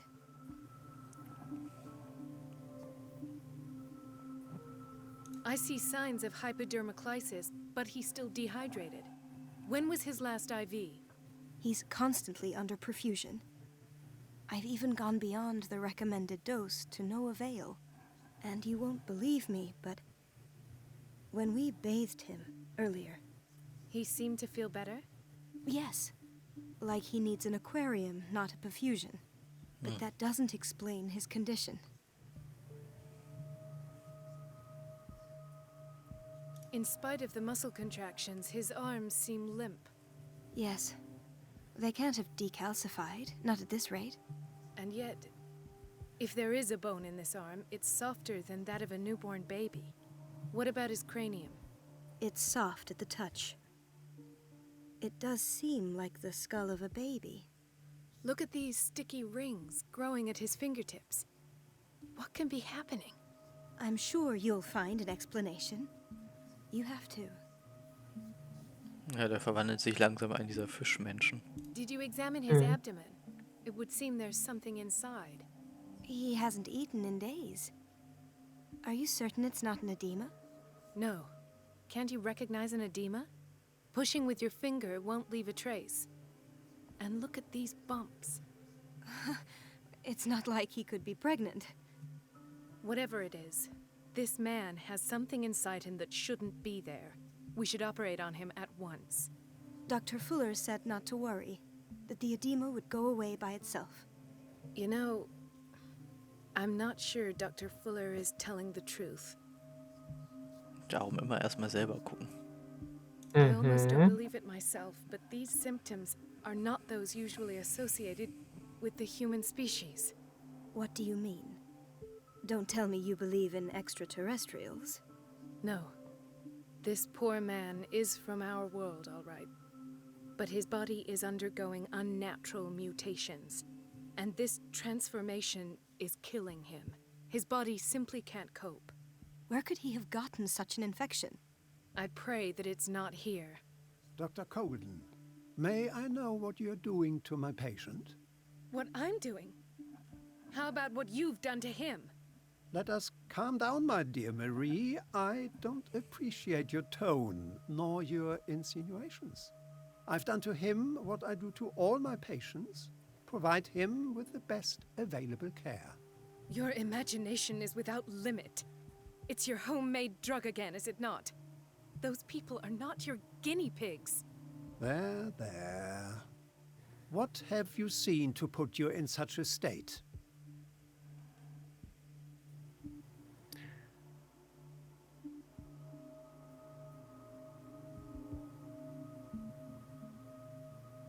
Ich würde das oberste nehmen, weil das unterste wissen wir nicht. Genau. Also es ist klar, dass das so ist, aber als sie können wir das unmöglich wissen. Ja, Oder? also uns ist schon klar. Ich würde nur nicht sagen, dass er die verwandelt. Also wahrscheinlich lässt er sie einfach nur verwandeln. Ja, wir wissen es halt nicht genau. Aber Aber findest du nicht auch, dass er einen leichten deutschen Akzent hat?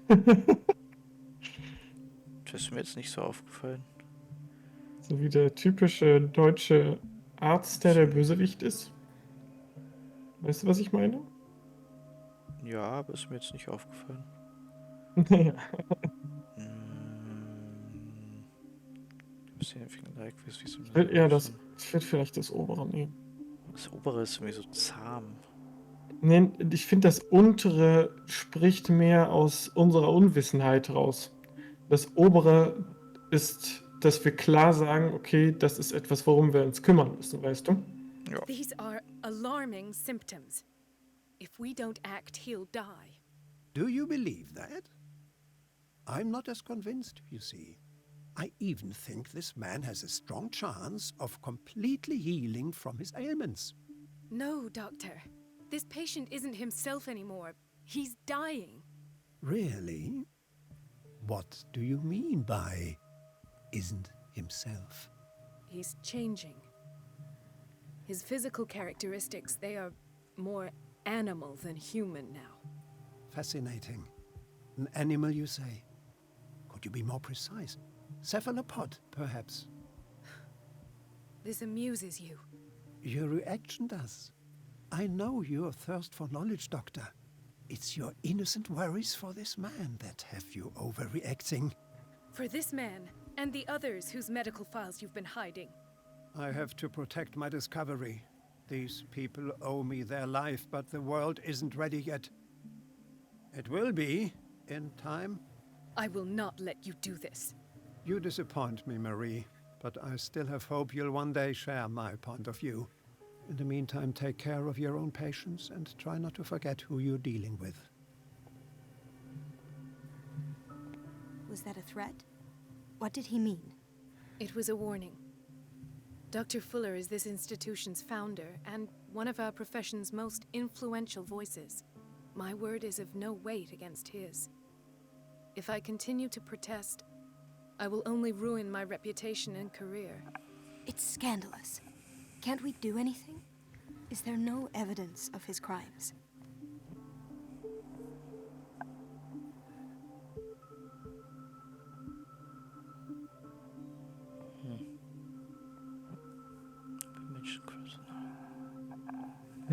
Ich glaube, die Mitte. Weil, wenn er seine also wenn der die Daten versteckt, das ist kein Beweis. Ist kein Beweis. Und sie da rauszuhalten, weiß ich nicht. Ich glaube nicht, dass das hilfreich ist. Genau, deswegen Ausschlussverfahren, ich nehme jetzt I das. disapprove of Fuller's methods, but his treatments have saved more lives than I can count. And Mr. Blake? You said yourself he was dying. I don't know what to think for now. What I'm sure of is that Fuller is hiding something from us. And I need to know what that is before I take a chance exposing him. And where would you find those? In his office? What if you get caught? I'd rather not think about that. I'm counting on your discretion. Of course, Doctor. You can count on me. I'll keep Mum. Ach, jetzt geht's noch weiter. Ich hätte irgendwie gehofft, das wäre nur so ein kurzes Flashback. An unknown medicine. Judging by the other ones, it causes heavy side effects.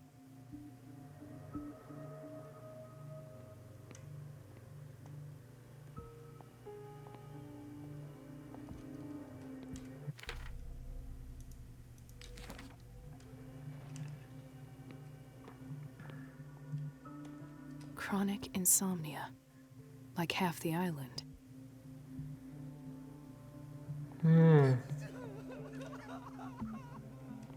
Ja, die haben alle chronische Schlafprobleme, deswegen nehmen die Pillen. This place draws you in and never lets you go.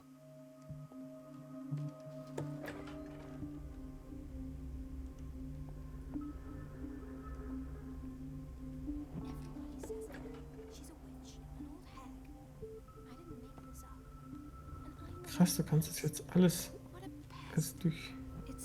It's temperamental, if I understand correctly. Kannst du es jetzt alles ungesehen durchschauen? Elizabeth? You all right? Why is this room in such a state? Because, as always, I'm cleaning it by myself. And the water was once again shut off this morning. I had to bother Mrs. Donovan again, giving her a new excuse to belittle me.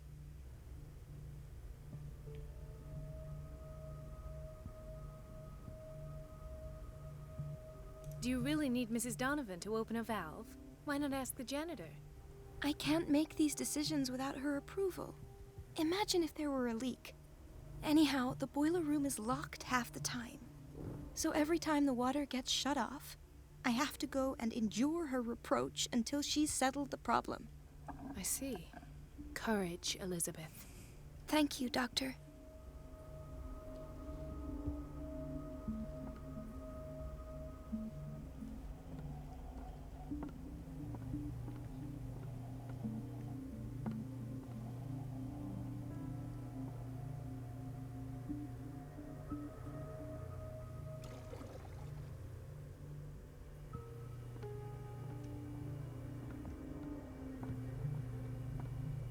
Was waren das denn für Teile, wo man sich hinsetzen konnte und angeschnallt wird?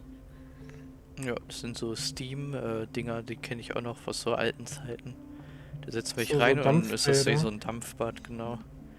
Dass du dann da drin bist. Aber dass man da festgeschnallt wird drin, das ist natürlich nicht normal. Aber früher gab es halt öfter diese Dampfbäder.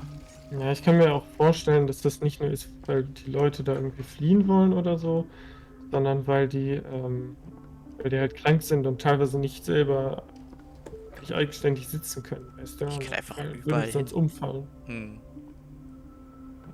Was wolltest du sagen? Ich kann einfach überall hingehen. Ja, ist voll geil, oder? Also ich find's richtig cool, dass man hier ungesehen alles, also im Prinzip ungesehen alles machen kann, was man will. Ja, also sind ja in der richtigen Position als Doktorin, die er arbeitet, ne? Ich finde die Doktorin auch sehr sympathisch, muss ich sagen. Also es scheint eine herzensgute Person zu sein. Ich bin mir gerade nicht sicher, ob das diese Doktorin ist, mit der wir gemeinsam unterwegs sind. Weil die Frau Oder wäre ob auch wir eine das Ärztin oder ob sind. das jemand anders ist, ne? Mhm. Like a dictionary's work references in alphabetical order all the medical sciences known and practiced in the modern world. For each of the entries, the major works and the names of the reference authorities are listed. Nice. Kriege ich jetzt natürlich keinen Punkt für, aber scheinbar kommen wir nochmal wieder, weil hier so Schränke sind. Nee, die kannst du nicht öffnen, da kannst du nicht rein, deswegen. Ja, genau. I have little time for you, Doctor. You'll find out that it's not only the doctors who have things to do. Nee, ich meine, dass wir mit unserem Hauptcharakter wahrscheinlich nochmal hier hinkommen. Wait a Ja, aber da minute. waren Where wir do you doch think schon you're mal. going? Huch. Dr. Colden. Mrs. Donovan. Nobody goes into Dr. Fuller's office. But rest assured, I'll tell him you came by. That won't be necessary. Thank you. I will tell him, nonetheless. Ich glaube, du wolltest tatsächlich einfach nur da Wait a minute. vorbeigehen. Where do you think you're going? Dr. Ja. Colden. Mrs. Donovan. No, but rest. That- I Okay. Distract Donovan, cut off the water. Interesting, okay. Let's hope I can go through the administration office. Ah, das Water abmachen, also das Wasser ab. The operating room is never accessible after an operation. Ah. Muss das Wasser aus, damit die This man, damit die sich darum Edward kümmern muss, Pierce, damit er rein. his file is incomplete. What did Fuller do to him? Ah, Das unser sind Fall. wir. Hm. Ja, okay, dann sind nicht wir das, die steuern. Also also dann ist das nicht Edward, sondern Edward beobachtet sie nur im Prinzip. Wir kontrollieren sie aber trotzdem. Ja, Sonst ja. würde er ja nicht fragen, Edward Pierce, was ist nur mit dem passiert? Weil wir das sind. Ach so, das meinst du. Hm. Ja. Ja, das ist ja so eine typische Lovecraft Outer Body Experience, wo Charaktere ja dann oft in den Geschichten, zum Beispiel auf so Traumreisen oder sowas, dann quasi so eine Seelenwanderung in andere Körper machen, aber dann halt nie kontrollieren, sondern immer nur aus den Augen beobachten können. Dr. Colden, we need you at once in Dormitory B. What is the problem? Mr. Evans seems to be having trouble with his IV. I'll see to it right away. And the family of Mrs. Harding is asking to see her medical file. I'll never understand why it's so hard to see patients' files around here. Rules are rules. See, with Dr. Fuller, he's in charge. Anyhow, they're still waiting, and I don't think they'll leave until they get what they want. Understood. Anything else? As a matter of fact, yes. A man has been brought up from the basement. Oh. What state is he in now? You should go see for yourself, Doctor. Okay. Ich frage mich halt die ganze Zeit, und da bin ich schon gespannt, ob das gerade parallel hier passiert oder ob das auch eine andere Zeit ist, also im Sinne von, dass wir gerade einen Flashback erleben. Weil mich würde es nicht wundern, wenn die Personen aus dem Keller jetzt wir sind. The boiler room key is not in its place. Dr. Fuller always keeps his key with him. Wenn er ihn immer mitnimmt, warum hat er dann so ein Ding? Also das wäre jetzt meine Frage. Warum kann man den dann da hinnehmen, wenn er ihn eh nicht hergibt? Ja, wahrscheinlich geht es nur darum, dass das hier steht, dass er den Schlüssel hat. Mhm. Oh, Na Moment, klar. ist das eine andere? Ah, ne, es ist die Frau. Dr. Colden. Okay. Mehr wollen sie nicht. Hey, unser Kumpel. Ethan, Marie, what are you doing here? I'm waiting for my medication, of course. Why? Oh Gott, was haben wir jetzt hier?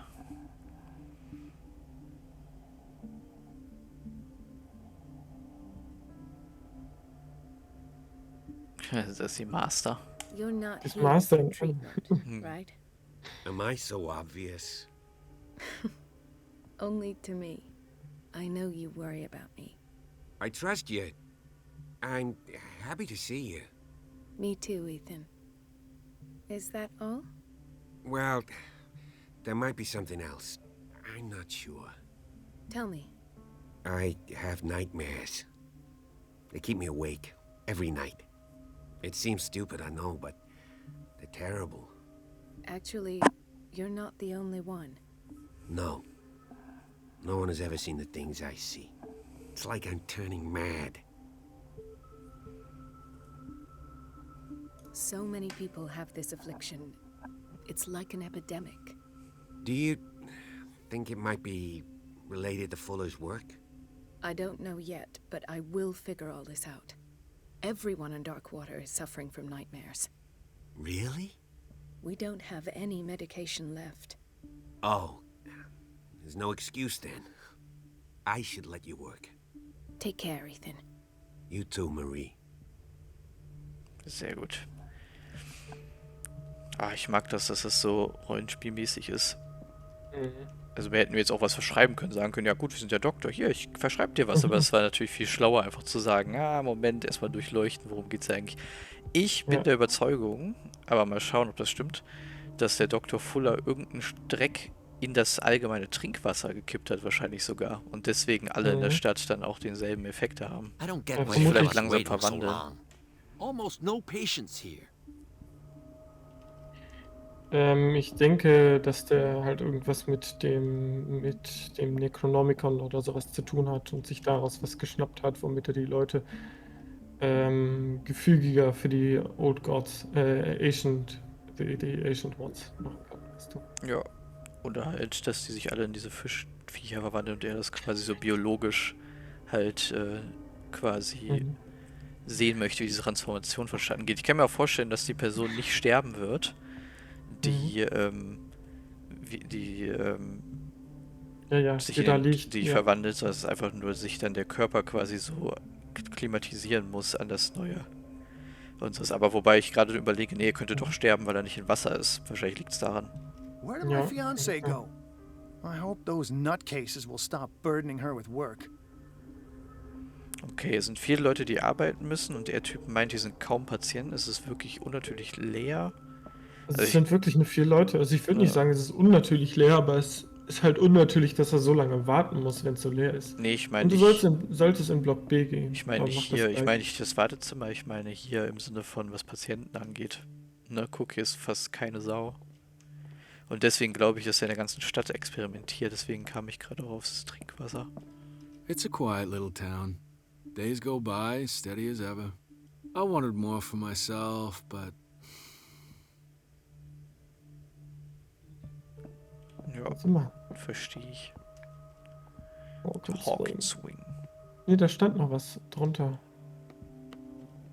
Generous donor and unfailing support. Yes. Dr. Colden, here you are at last. This patient was again brought up to the psychiatric wing. We've been following the treatment you prescribed, but the dysgeusia persists and he's lost a great deal of weight. We haven't been able to move him. The stress makes him hyperallergic. Sir, I am going to examine you. Do you understand? Inject him with a dose of pentobarbital, intramuscular, so that I can conduct the clinical examination. He bit his lips so much, they're still bleeding. White froth, evidently because of such drooling. His binds left bloody wounds. So, Doctor, what should we do with this patient?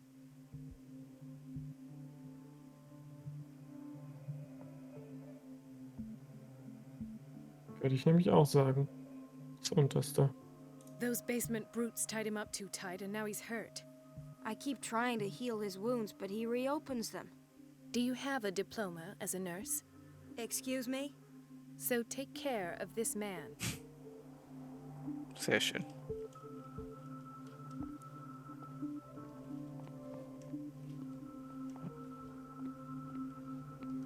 Der Sound wie von so einem Telefon aus der Ferne ist immer, finde ich, interessant im Sounddesign. Another insomniac.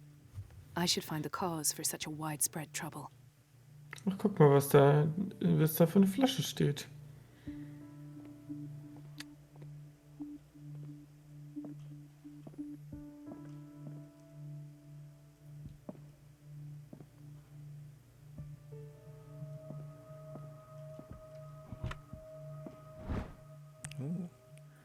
Key to the boiler room, das ist doch schon mal ein Anfang. The key to the boiler room. All I have to do is shut off the water and hope Donovan takes the bait. Genau, das hatte ich mir schon gedacht, dass das wahrscheinlich 2 Fliegen mit einer Klappe sind. She recently came back from the surgical block. She's stable. Given her file, a nephrectomy would have been inevitable. But Fuller was able to save her kidney.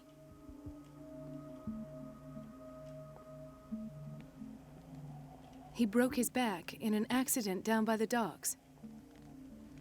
Ah, the whaling station. What's wrong with me? What are you talking about? Doctor, that you? Yes, it's Dr. Colden. Tell me what happened. It's the old whaling station. See?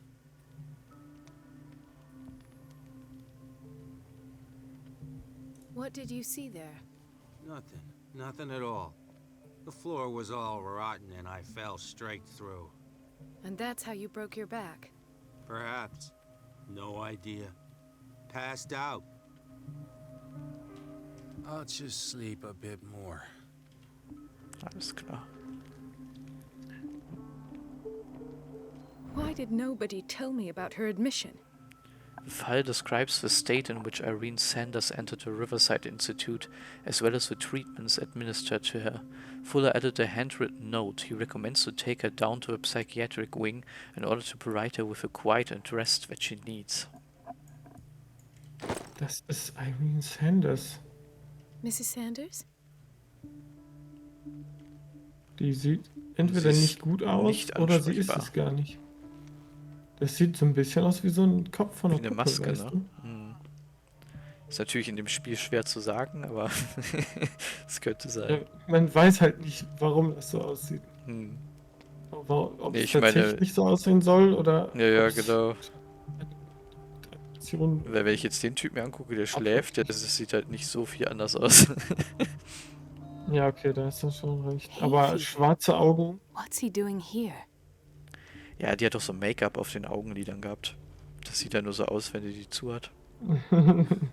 Doctor, please.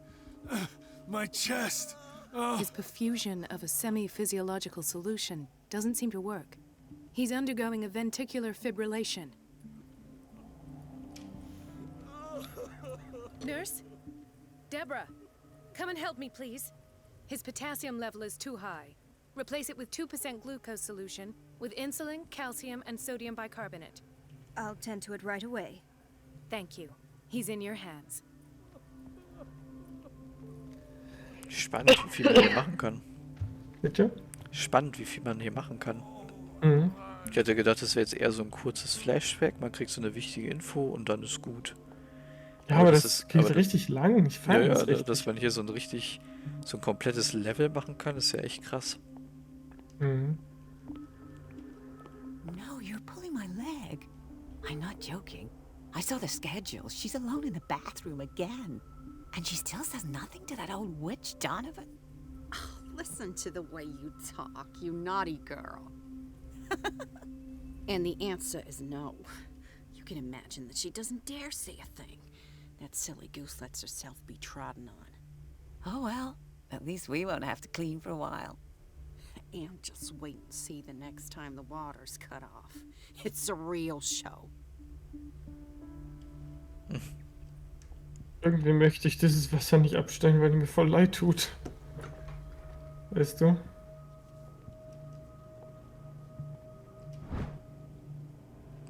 This very interesting book aimed at the wide public demonstrates how non-recognized sciences have influenced modern medicine. Magnetism, grandmother's secrets, Chinese acupuncture, hypnosis, herbal medicine, alchemy and many others have contributed to a certain extent to the enrichment of medicine at the beginning of the century. Ja, das sind alles diese Medizinbücher und sowas, mit denen wir halt eigentlich Skillpunkte bekommen. Deswegen bin ich mir halt so sicher, dass wir halt mit dem Edward nochmal hier hinkommen. Weil das bringt uns mit ihr hier nämlich gar nichts. Ja, wir waren einmal hier in so einer Stealth-Section, aber wir kommen bestimmt nochmal hier hin. Watch out for the water, Doctor.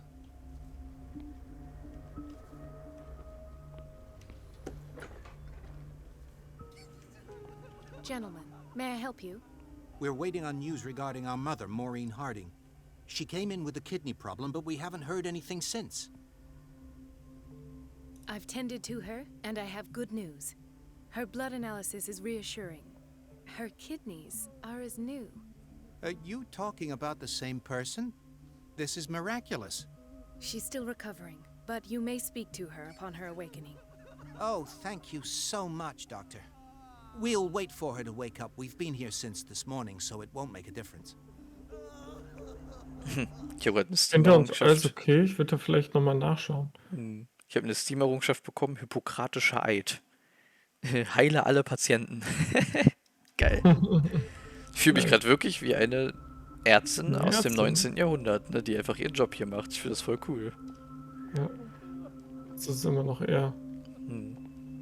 Ja, ist Aber halt sie manchmal kümmert sich scheiße im Krankenhaus. Ich war auch im Krankenhaus und hab geheult wie ein Schlosshund. Ich War auch. auch scheiße. Ja. Patients and hospital personnel eat the same food. Ja, fair. Finde ich gut. Ja, sieht nicht sonderlich lecker aus, aber naja. Naja, wieso? Könnte auch so ein Gulasch oder so sein. Hätte ich auch nichts Ja, aber es sind so grüne Flecken drin. Aber vielleicht ist das auch einfach nur das Artwork. Das kann ich nicht sagen. Es sieht so aus, als wäre das so ein bisschen schimmlig. Also grüne Flecken sehe ich nicht. Naja, ist auch egal. So. Ja. Tja, dann ab zum Boiler Room, ne? Hier waren wir überall. Wir müssen nur den Boiler Room wiederfinden. Upsi. Mal eben gucken, ob hier was ist. We're running out of this medicine. I know, Doctor. We sent the purchase order, though, but Mrs. Donovan refused it. Once again. Was? Can't you do anything?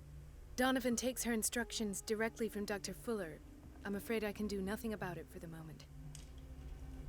Ah, ich glaube, die wollen die Standardmedizin raushalten und dafür die Medizin für Dr. Fuller immer weiter Genau. We've been reinpacken, waiting to be weißt du? restocked for weeks.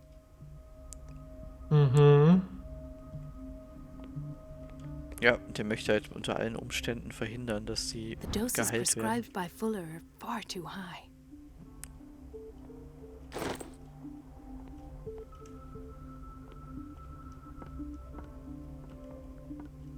Das ist halt so cool bei solchen, ich mag solche Spiele besonders gern, weil ich in jedem Game immer schon so aufmerksam bin und mir mal alles angucke und jede Ecke anschaue und so. Und das sind solche Spiele, in denen das halt auch so ein bisschen so der Point ist.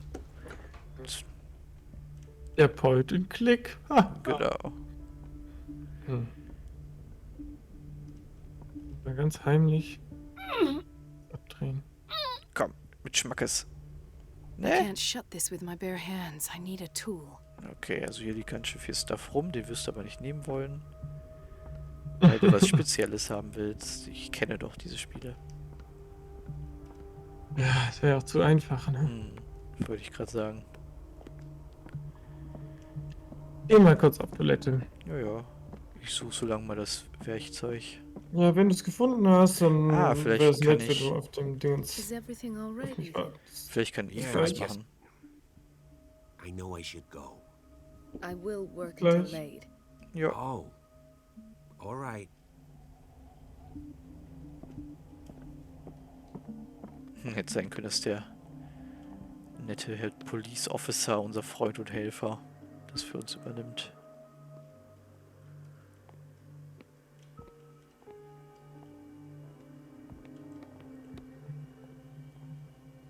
Intoxication from breathing organic vapors.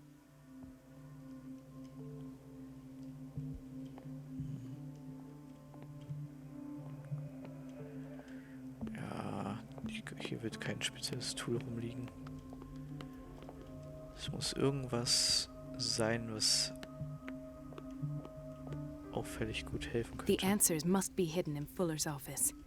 Everybody says it. She's a witch, an old hag.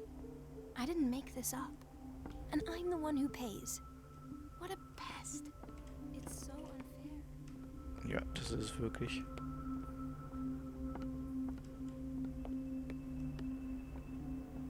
Warum er denn nur eine Person haben möchte, die sich um den Kram kümmert, um den Raum, das ist mir noch nicht so ganz klar. Was das für ihn für einen Vorteil hat.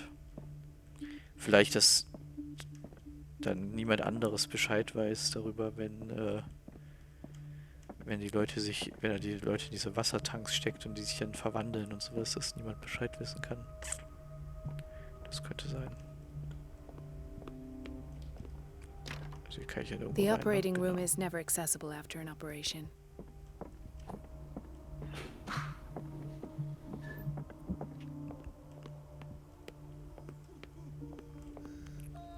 Tool. Vielleicht der Hausmeister.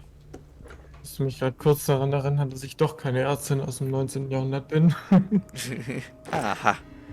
Ich wusste es. Aha. Guck mal, perfektes Timing. Ja. Ich hatte nämlich gerade überlegt, dass wenn dann der Hausmeister doch was hätte. Mhm. Und da hatten wir ihn ja zuletzt gesehen. Ah, ne, wo war die Tür? Da. Ja, und dann links. Und... Yes. Jetzt schnell hier raus. I feel guilty about Elizabeth, but I need the diversion. Mhm. Aber die Frau steht da auf jeden Fall noch. Das Ja, ist wir ja können ja diese... hier Let's draußen hope I can warten. go through the administration office. The operating room is never accessible after an operation. Jo, hier war schon drin, ne? Ja. Ja, wir müssen jetzt nur abwarten, bis die Elizabeth mir Bescheid sagt und dann...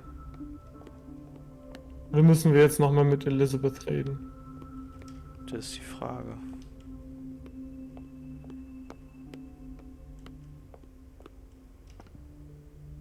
It's temperamental, if I understand correctly.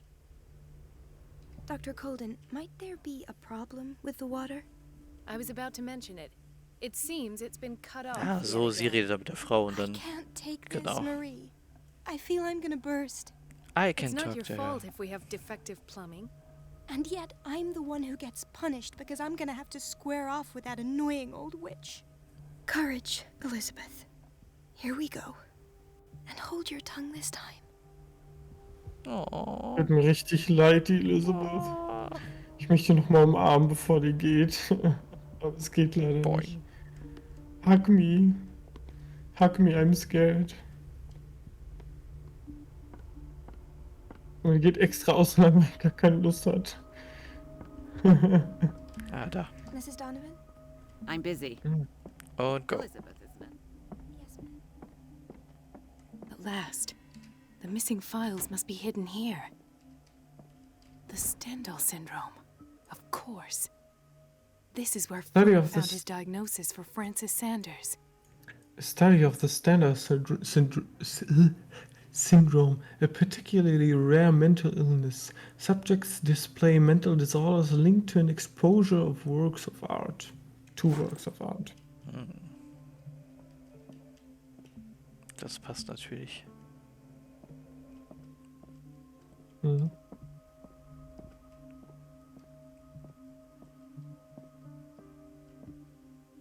Something is wrong with these masts. It's some sort of puzzle. I've unlocked something. Haha. Patient files. I was right. Ich bin sehr gut in solchen Rätseln. Ja. The cylinder was hidden inside Fuller's office. He recorded his thoughts about one of the many psychanalysis sessions he submitted Sarah Hawkins to. Awesome. Awesome. Sehr schön. Mhm. Musste ich direkt an den Tim und Struppi-Film denken, mit dem Geheimnis im Mast. Genau, da geht's hier wieder I should raus, go ne? another way. Ja. Gut, wir hören uns das erstmal an. Mhm. Das würde ich zwar in echt nicht im selben Raum machen, aber okay. Session number 17. Patient? Sarah Hawkins. The patient appears to have finally accepted the illusory nature of what she calls the mythos. It goes without saying that these peculiar delusions are the price that comes with her exceptional gifts.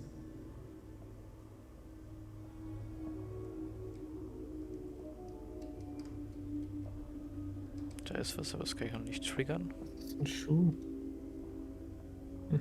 Why does Dr. Fuller write psychological reports about Sarah Hawkins? At first, I presumed that her blood was the key. But I found nothing to explain Mrs. Hawkins' abilities.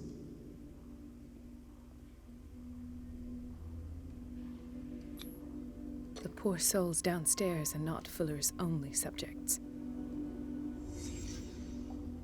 Then James came, irate that Charles was keeping secrets from him. I presume that he will try to break into the basement sooner or later. I am prepared.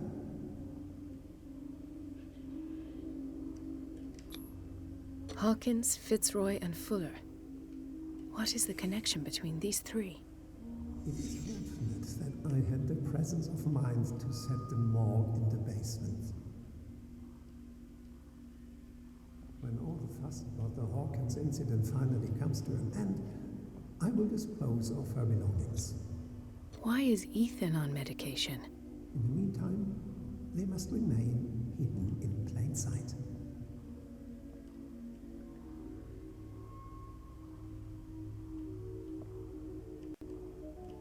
Jetzt aber. Of course. Sarah Hawkins is the connection.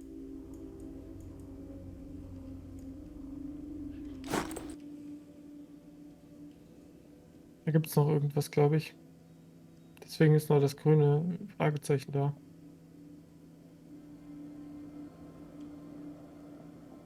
Es ist klar, dass es irgendwie war schon klar, dass Sarah Hawkins die Connection ist, aber das wusste sie. Das This kann sie ja nicht finger wissen. belonged to a woman. Why keep it here? Alter, what? Ich glaube, jetzt kannst du Jetzt rausgehen. aber alles genau. Ich werde jetzt abgecheckt. Alter, der hat einfach einen fucking Finger behalten. Von dieser Frau. I Verbrannter must Schuh. go back to the basement. Jetzt schnell da raus. Nee, du musst schon I wieder should go den another selben way. Weg zurück. Ich würde halt nicht denselben Weg wieder rausgehen, aber okay. Will ich auch nicht, aber du kannst halt nicht anders. Nee, es war vorher offen, deswegen lass mal besser offen. Ist auch egal.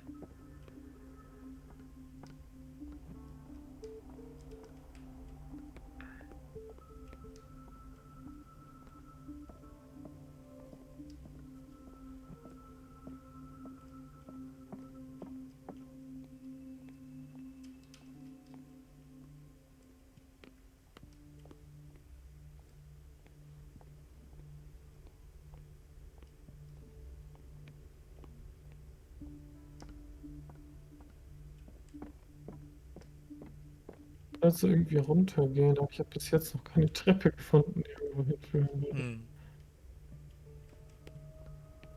Vielleicht muss ich hier durch? Ne. The operating room is never accessible after an operation. Was war denn das hier gehen? Storage Room ist es nicht. Das wird der Ausgang sein, ja. Ja. Mit denen habe ich schon gesprochen. Mhm.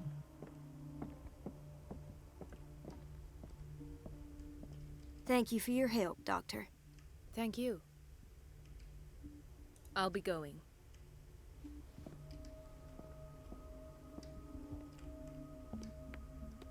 Ich verstehe manchmal nicht, warum, wenn es nur eine Möglichkeit gibt oder einen Satz gibt, den man sagen kann, warum das nicht automatisch auswählt. Vielleicht soll es ein Hinweis sein, dass ich noch irgendeine Dialogoption kriegen könnte. Versuch vielleicht nochmal mit der Elizabeth zu reden.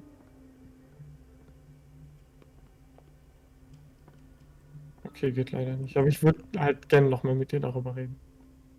So von wegen, hey, ist alles in Ordnung und so. Aber. Naja, wir haben jetzt Scheiße angehängt, also.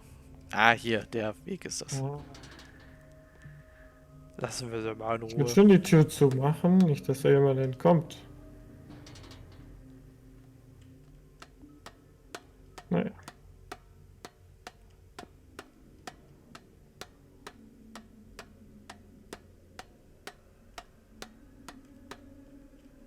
Ja, so sollte es hier aussehen. Ja, das ist der psychiatrische Bereich. Das sieht nicht gut aus. Huch. Ah, now that's the Marie that I know. I knew I could count on your scientific curiosity. It's time to show you what you were so eager to discover. God damn it. Das ist ein Wichser, ey.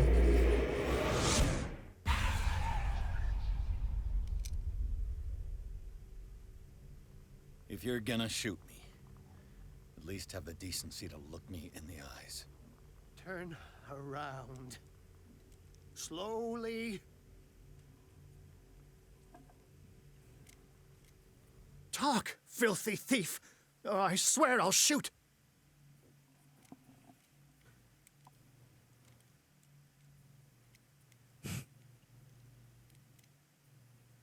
Take a minute to look around. Everything points to Charles Hawkins. He's dead! No. He was here for a very specific item. Oh, no. The book. Why was it in the safe? Have you read it? Answer the question. How foolish of you. Now you won't be able to escape his will. What did it show you?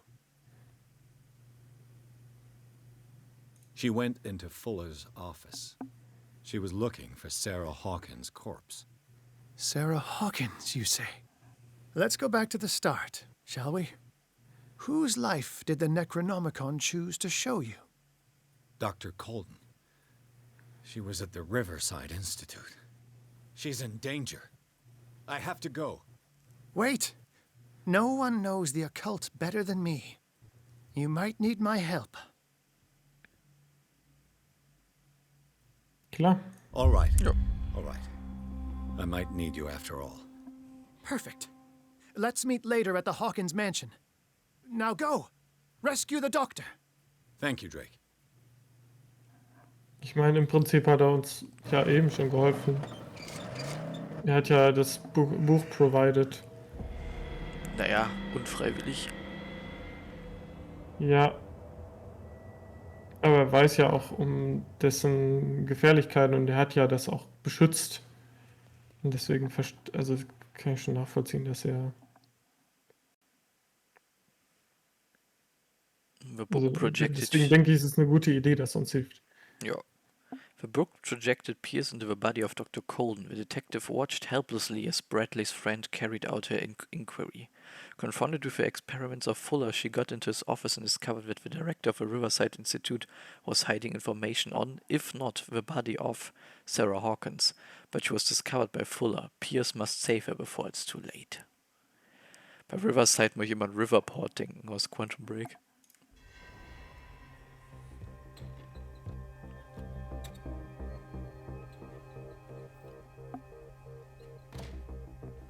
Aha, ich wusste es.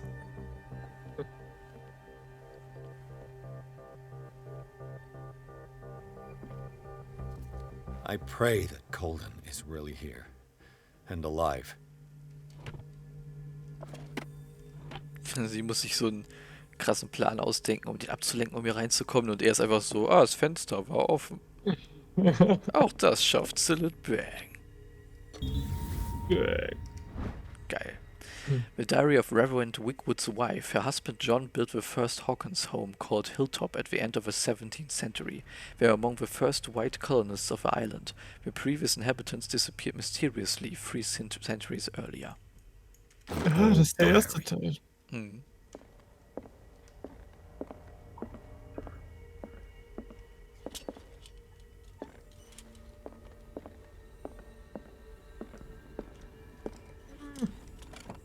What the... Fuller, too. Das hat irgendwas mit diesen Pillen zu tun. Das sind 100 Pro keine Schlafpillen. Ich habe jetzt so viele Errungenschaften bekommen gerade. ich habe jetzt, seit wir angefangen haben, habe ich 10 Errungenschaften schon bekommen. So, mal kurz gucken. Der simpelste Gegenstand. Entdecke alle kleinen blauen Flaschen. Geil. Ja, geil.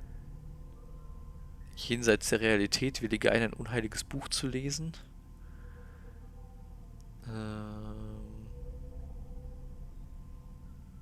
Erinnerungen, erforsche die Erinnerungen der Familie Hawkins.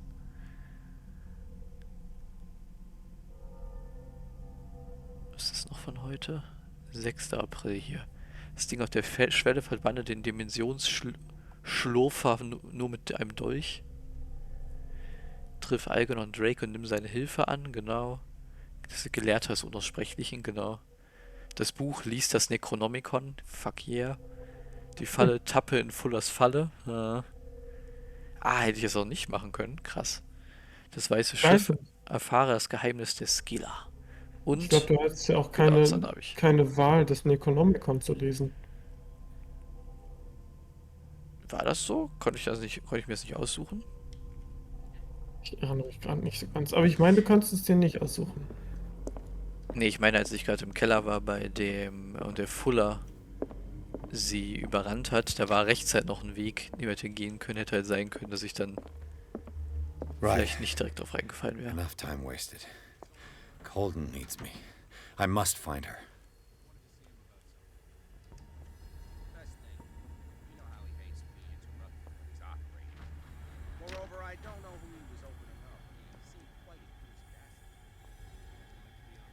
Ich kann ja vielleicht mal links reinschauen, ob da irgendwas gibt.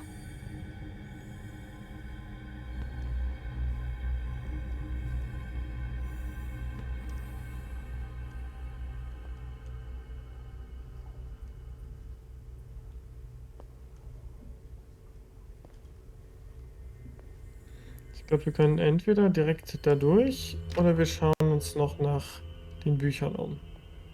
Ich möchte halt gerne die Bücher noch mitnehmen. Deswegen gucke ich Oder gerade, wo ich überall rein kann. Wir können doch nicht die Bücher finden, weil alles zu ist. Komisch, wenn die Tür nicht aufgeht, steht er auf und wenn sie aufgeht, dann bleibt er hocken.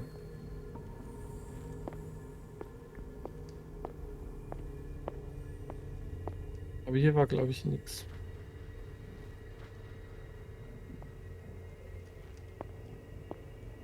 Ja, ich hatte gerade überlegt, ob dann jetzt hier vielleicht jemand in dem Wasser drin ist, in der Wanne, aber scheinbar nicht. Hier können wir nicht raus. Okay. Komisch, dass man nicht mal die Option hat, da rauszukommen.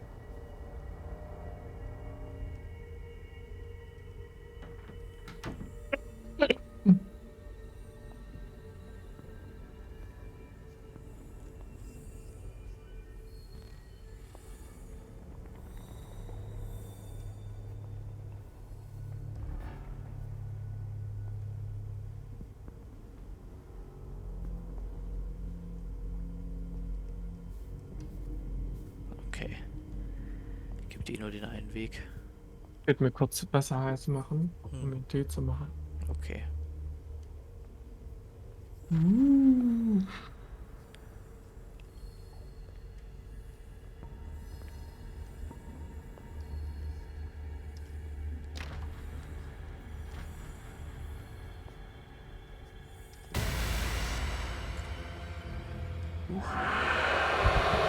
What? No. Oh shit. No. Was? My God. What is happening to me?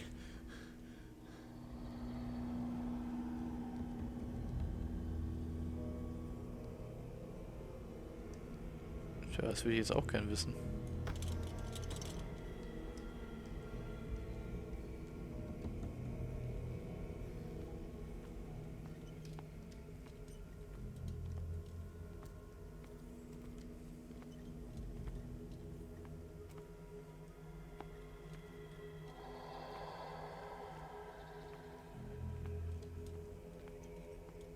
Oh, ist cool mit dem Licht. Dass man nicht so weit sehen kann. Ich möchte nur nichts übersehen, falls hier noch irgendwas ist.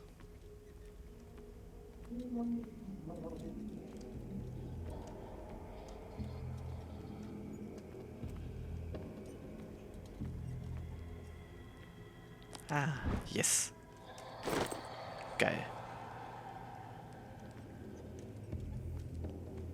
Da bin ich klar. Yes. Gerade kam dieses Vieh aus dem, was wir im Gemälde gesehen haben. Plötzlich. Und als es ihn angreifen wollte, sind wir plötzlich in dieser weirden Zwischendimension hier gelandet. Da habe ich eine Menge verpasst.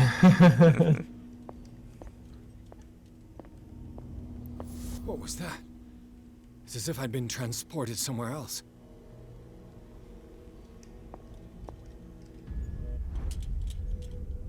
What happened? Something has changed, but what? Weird. Sehr weird. Ah, grünes Licht. Anderes Licht.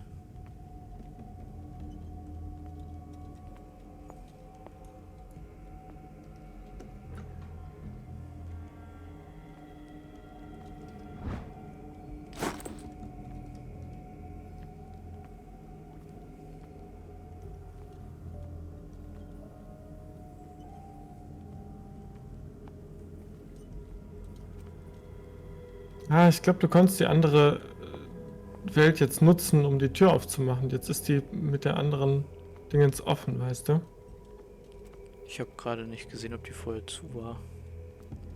Die war Deswegen vorher zu. kann ich das nicht bestätigen. Also ich meine, du wärst dann, also du bist ja dann zurückgebracht worden, als du versucht hast, die zu öffnen.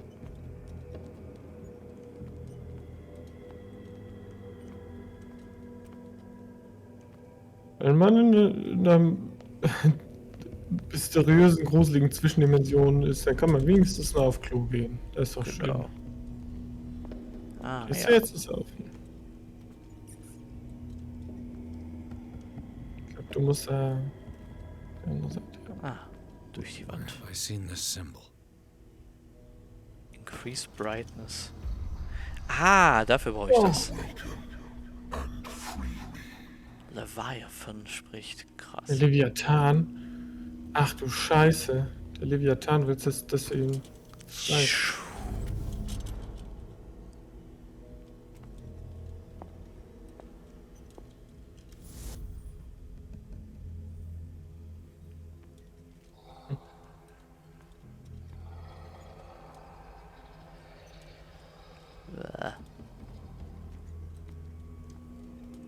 Sounddesign ist echt gut. Ich finde es nämlich nicht schön, hier lang zu laufen. Ah, okay, jetzt muss ich die Lampe wieder switchen, oder wie? Sein. Die andere Seite musst du öffnen. Ist du, da wurdest du nämlich... Ja. Da wurdest du ja teleportiert. Ich nehme mal kurz meinen Tee. Ich habe nämlich schon gar nicht mitgekriegt, dass es ja gepiept hat. Bis gleich.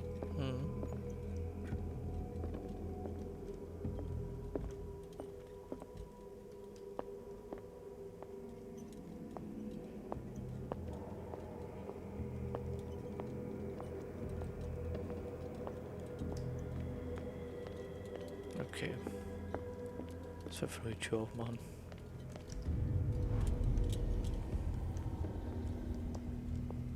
Bin wieder da. Ja, nicht lang weg.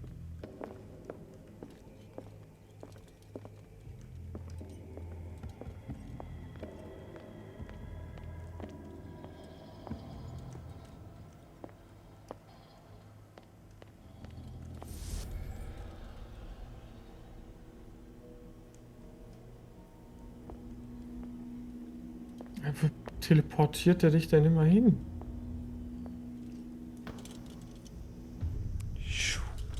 Destiny, it has trapped you.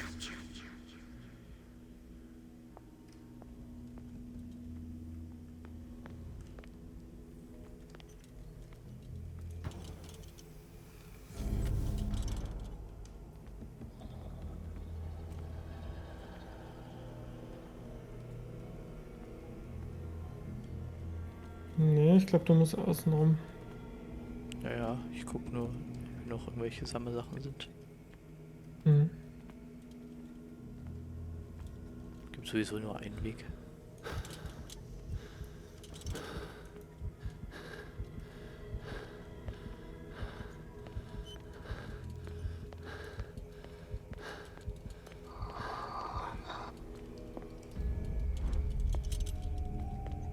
Oh, das war so super hell.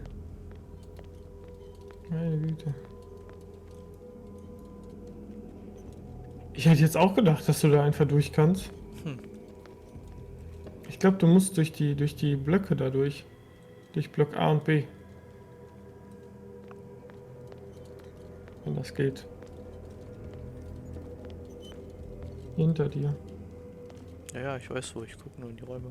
Sehr gut.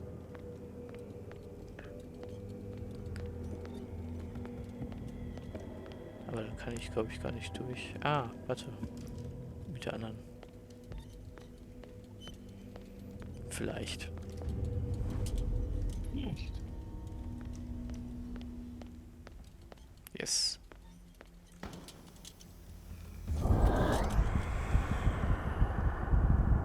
Was? Huch.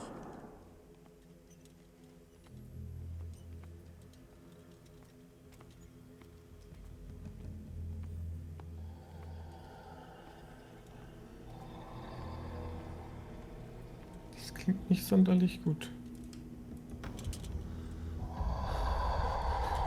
You are confronting powers that surpass you.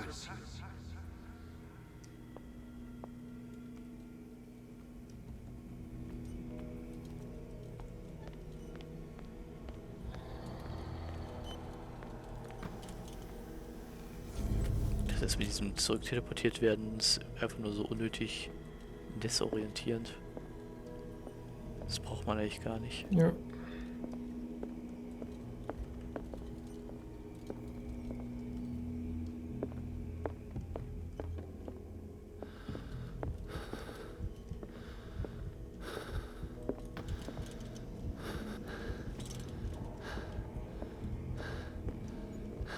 Warum tickt der so aus?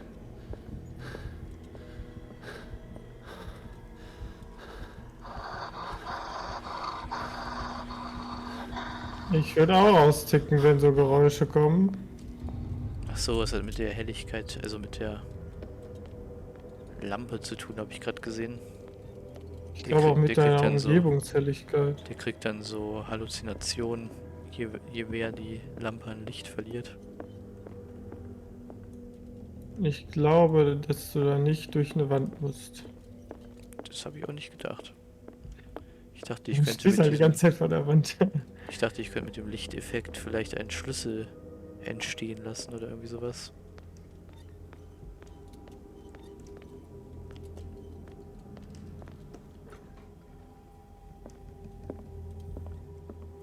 Das ist doch eine weirde Idee. Also ich habe die Lampe jetzt hier nur, um diese Tür aufzumachen. Jetzt muss ich den ganzen Weg zurückrennen, die andere Lampe holen und dann nochmal dahin laufen.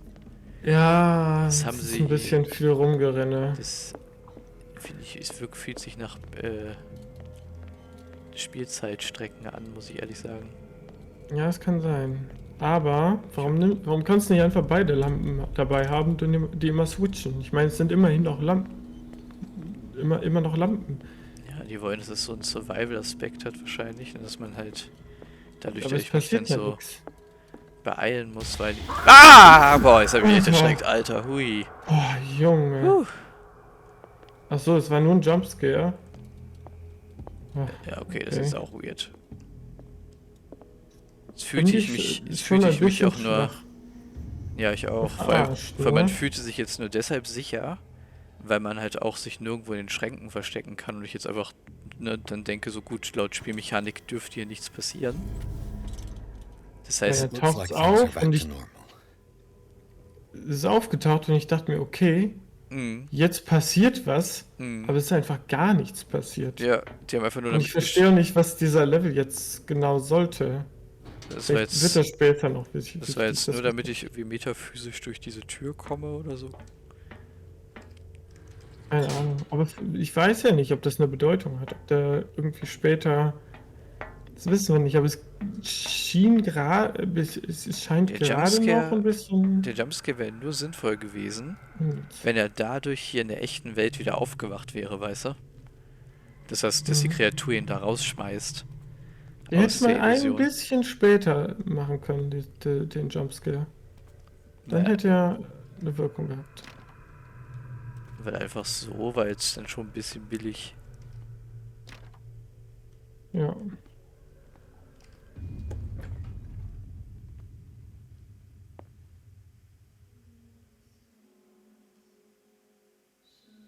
Ah, sehr geil. Oh nee. Sehr, sehr geil. Das fühlt sich nicht gut an, dieser Level. Hör dir das Sounddesign an. Oh, ja. Geil. Ich dachte, das fühlt sich nicht gut an. Nee, es ist genau das, was ich in so einem Spiel haben möchte. Ja, aber ist schrecklich. It never ends.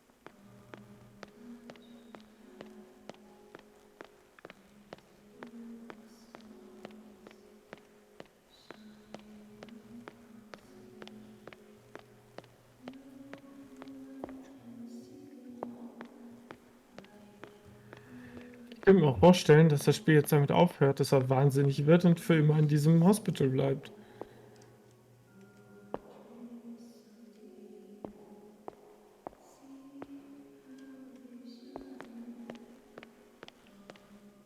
Alter, ey.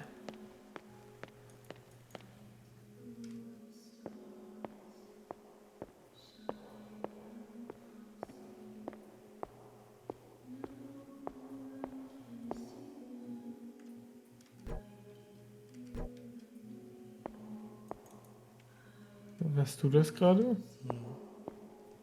Ja, Hast du irgendwas gedrückt und es ging nicht aufs Menü zugreifen. Ah, okay, jetzt passiert plötzlich was, alles klar. Es hat halt leider in diesen surrealen Momenten nicht so einen cleveren Effekt wie bei Alan Wake oder The Evil Within, dass es irgendwie ineinander greift. Es ist schon irgendwie leicht spooky und interessant, aber es ist auch immer so ein bisschen, es fühlt sich alles so random an, man reilt immer gar nicht, warum das Spiel das alles von einem will. Damnation. That's me.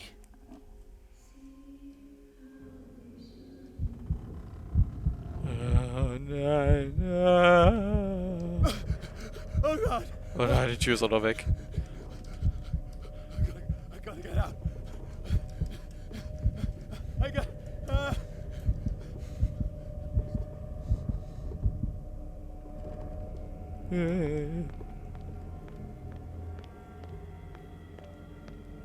Pierce, I found her. I finally know what's going on. You must live and find the truth. It is already too late for me. Colden? What's going on? Was it a hallucination? Ah, ich liebe solche Spielereien.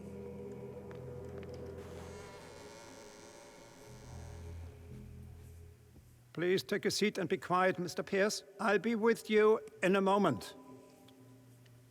Stop whatever the hell you're doing and turn around now.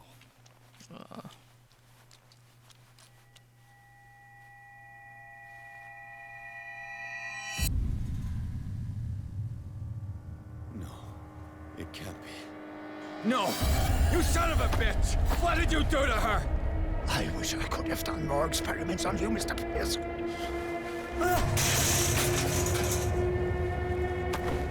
I said, what did you do to her?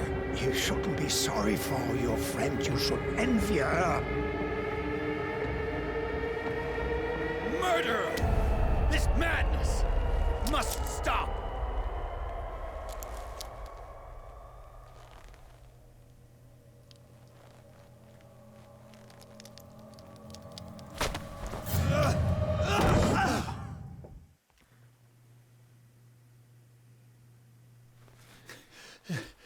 Colden?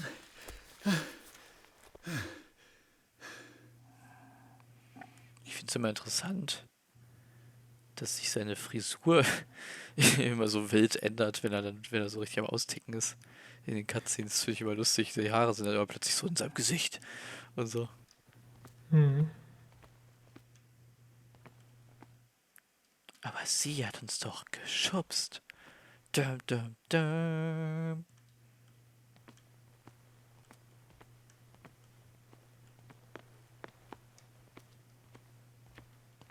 Nein.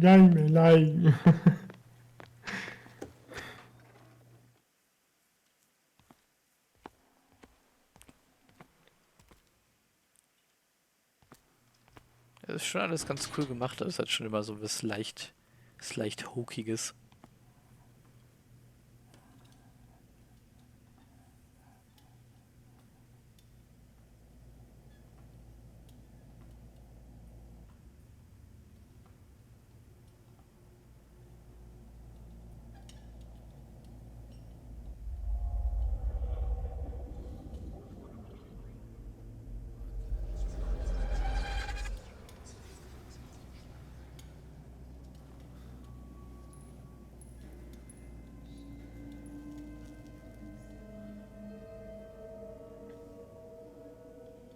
Das war schon ein cooler Schnitt, fand ich.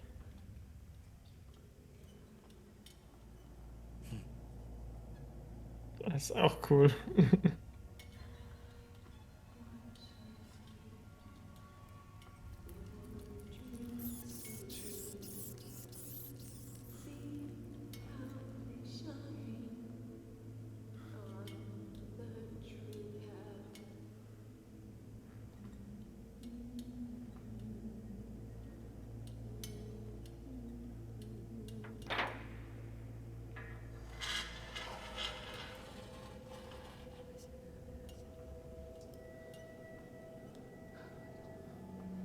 What in God's name? Sarah. What did they do to you?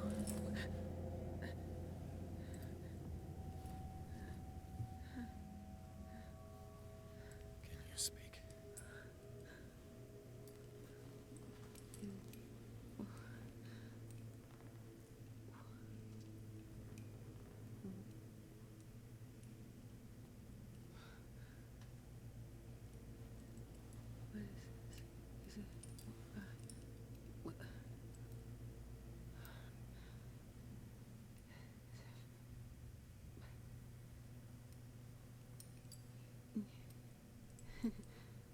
Sarah.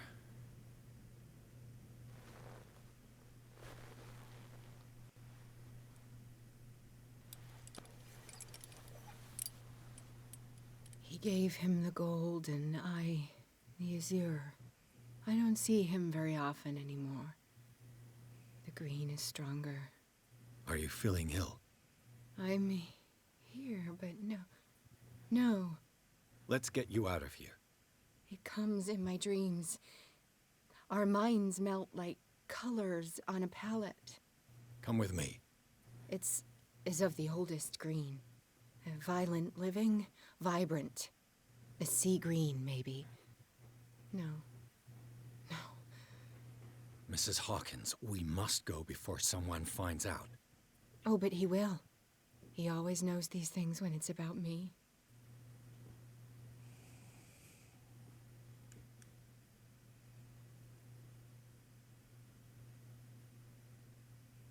I have seen the same color. It was not as vivid as you said. A pale copy. discarded spawn. Do you know what it was? Tell me. I can't. We should not call his name. Terrible, terrible consequences. All right. Come with me. He will know. He will find us. One more reason to hurry. Have I seen you before? Can you walk? Maybe. Then let's go before your husband finds us. It was in your studio. What? You painted me. That's where you saw me. Oh, sehr spannend. Eigentlich muss ich schon längst pennen. You mean the guards?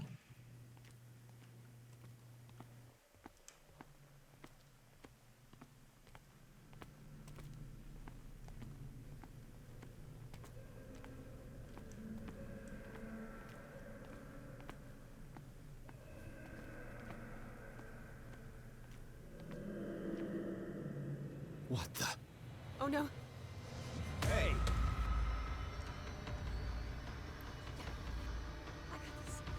Come on, get far, hide.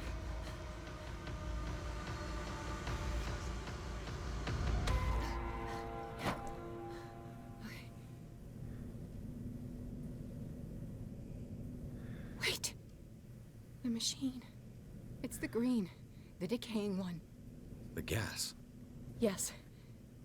It's not good for living beings. We don't have time for that. I am not moving until the wrong is set right. Damn it. Ja, Pierce, das kann nämlich alle angreifen.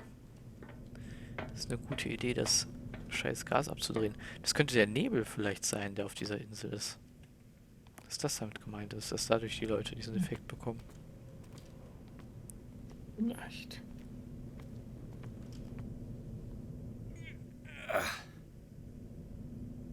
Brauchen wir auch ein Tool? I'd be better off finding a tool. Okay. Perfect. Nice. Es ging ja.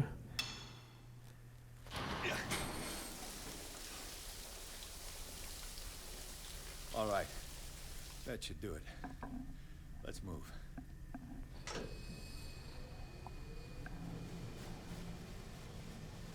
Ah, wer kommt denn da? I'm your puppet no more, you bastard!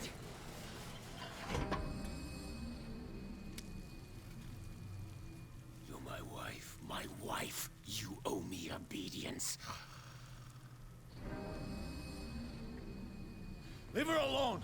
We're leaving this crazy island. You are going nowhere. Don't get between me and my wife.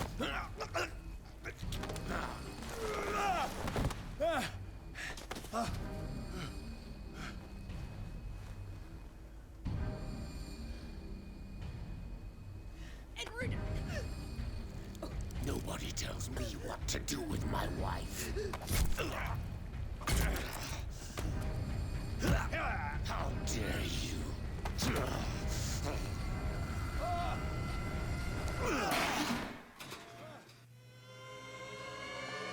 What? Das ist ein Bosskampf oder was? No! Why should I let you take her away when I could snap your neck?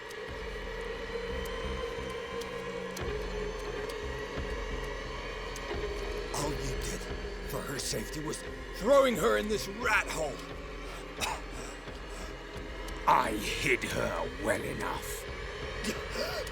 You let Fuller play with her. Stop. I did everything I could to protect her.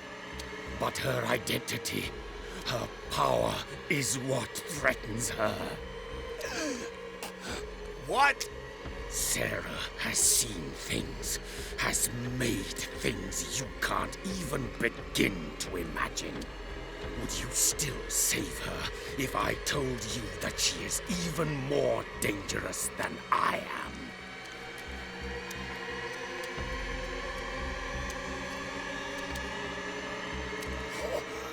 The painting! She refused! At first, Sarah condemned Francis Sanders the moment she offered him the Wanderer.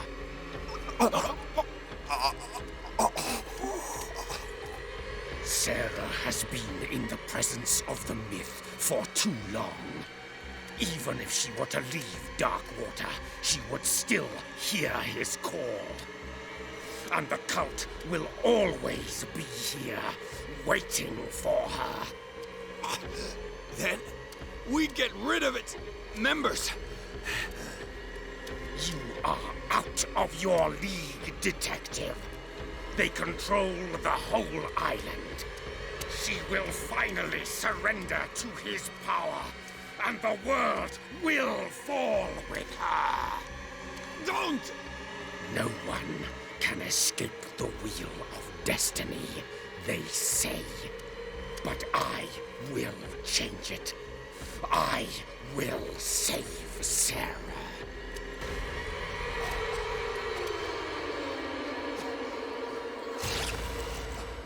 Yes. Alter. Ich hätte gehofft, dass ihr sowas Ähnliches macht, aber ich dachte eher, sie haut jemand über.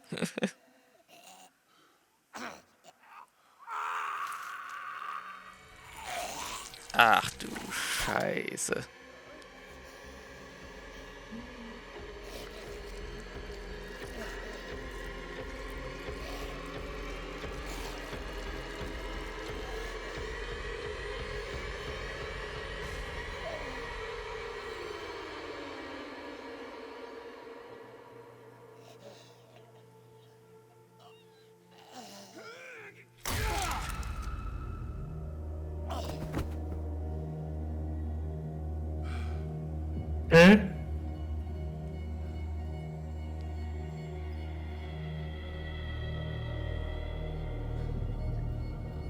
Wo kommt denn die Axt her?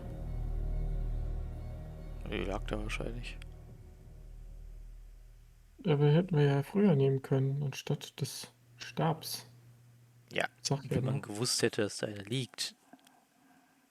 Das weiß man doch im Eifer des Gefechts nicht.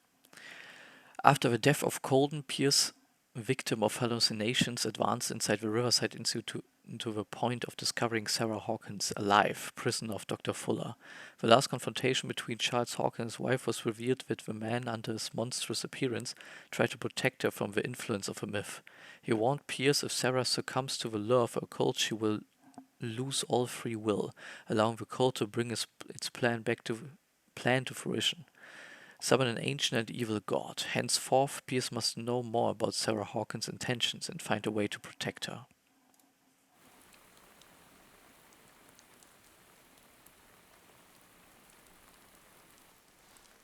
No parent should have to bury their child, knowing it's me that put him there.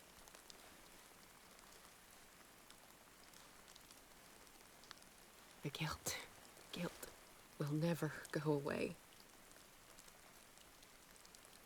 I feel your pain. I'll do anything to get him back. Anything.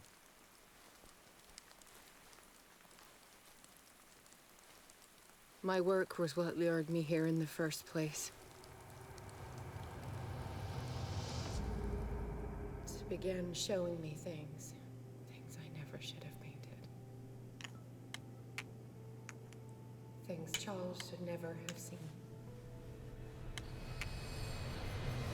What am I to you?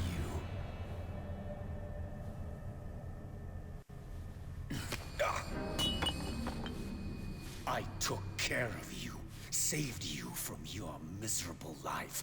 You'll never find a man better than me. You owe me. I owe you nothing. We'll leave now.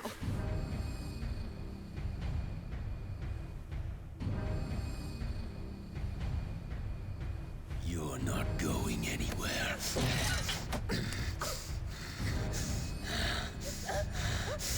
You are mine.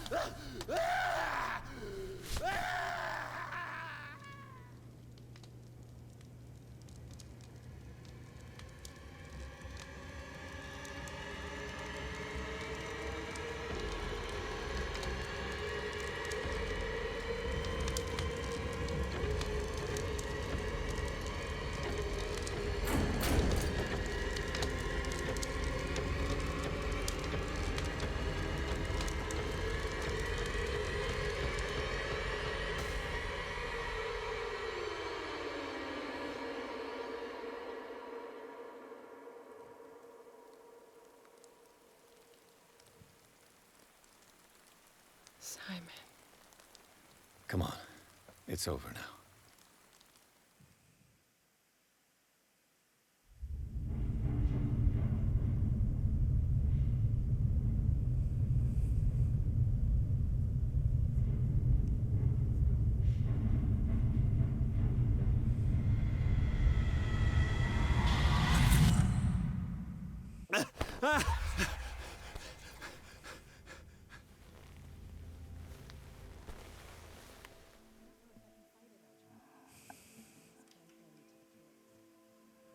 Ja, nice.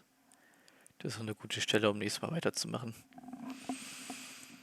Aber ich finde es cool, dass das kein so typischer Bossfight war, also dass es tatsächlich dann eher charakterbezogen war, fand ich schon mal ziemlich super. Ich hatte schon ein bisschen Sorge, dass er jetzt plötzlich irgendwie so ein Fight hat, wo man auf den ballern muss oder so ein Quatsch. Und da war ich schon so, nee, das passt so im Spiel nicht.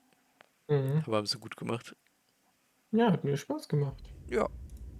Also jetzt habe ich auch tatsächlich mehr Bock, das demnächst weiter zu spielen. Nach der ersten Session war ich noch so ein bisschen so, ja, ist ganz nett und so. Aber jetzt bin ich wirklich, dass ich mir so denke, so, jetzt nimmt das langsam Fahrt auf, ich verstehe das Game auch so ein bisschen besser und sowas, jetzt habe ich da mehr Bock drauf. Ja. Wir haben einfach schon über die Hälfte der Errungenschaften jetzt schon. Das heißt, wir haben vermutlich über die Hälfte des Spiels schon durch. Könnte sein. Müsste ja auch sein. Ja, würde ich jetzt vermuten. Ich guck mal, was so die durchschnittliche Spielzeit ist. Ungefähr. Ja, ich glaube, das kommt sogar ziemlich exakt hin. Wir haben jetzt 8 Stunden Spielzeit. Und hier sind welche mit 13 Stunden, 16 Stunden. Sowas um Dreh. Ja. Ja, das heißt, wir sind ziemlich gut dabei. Genau. Ja, geilo. Ja, das ist doch mal ein gelungenes Lovecraft-Game bisher. Ja. Da machen wir dann nächstes Mal weiter. Jeden Fall. Ich muss jetzt nämlich leider pennen gehen. Ich würde nämlich normalerweise jetzt definitiv noch mindestens eine Stunde spielen. Aber leider muss ich morgen arbeiten. Ja. Und naja. Ja. Ich überlege vielleicht gleich auch noch was zu streamen. Ich schau mach mal. das gern. Würde ich mich auch freuen, wenn du mal wieder was streamst. Ja. Aber dann kannst du ja nicht zuschauen, du musst ja schlafen. Also nicht schlimm, ich hole das danach. Und du Das ist doch nicht das vielleicht mal ein Problem. bisschen so zum Einschlafen, weißt Ja, das mache ich sowieso. Ja. Naja. Dann wünsche ich euch noch einen wundervollen Abend. Ich ebenso. Ach, und bis zum nächsten Mal. Danke fürs Einschalten. Bis zum nächsten Mal. Tschüss. Ihr könnt ja auch bei mir mal vorbei noch. Ihr könnt auch gerne beim Rhaze mal vorbeigucken. Oder den YouTube-Kanal von dem lieben Snake Plissken abchecken. Dürft ihr auch gerne ein Abo da lassen. Und bei solche mir Sachen. natürlich auch. Ja, aber vor allem bei dem beim auch. Snake Plissken Gaming. Schamloses Self-Promotion. Ja, Aber es es ja muss keine sein. Es muss sein. ist ja Promotion für dich. Zwar auf deinem Kanal, aber es ist ja nicht Self. Ja, also es ist nur Promotion. Genau. Es lohnt sich auf jeden Fall. Wenn ihr das mochtet, was ihr bisher gesehen habt, dann wisst ihr, dass es eine gute Wahl wäre. Einfach mal ein Follow oder ein Abo da zu lassen. Und es geht ja demnächst auch wieder weiter. Und wir haben noch viele, viele andere geile Sachen, die wir noch machen können. Die wir noch spielen werden, auf jeden Fall. Da habe ich auch mega Bock drauf. Ja. Ja. Genau. Und wir haben ja noch ein paar Sachen in der Rückhand, die wir noch zocken wollten oder vielleicht streamen wollten. Genau. Und da freue ich mich auf jeden Fall auch auf die anstehenden Games. Genau. Ja. Ich ebenso. So, aber ich muss jetzt wirklich pennen gehen. Ja, dann wünsche ich euch noch einen schönen Abend. Vielleicht bis später, vielleicht bis wann auch immer. Bis demnächst. Gutes Nächtle. Tschüssi. Tschüss.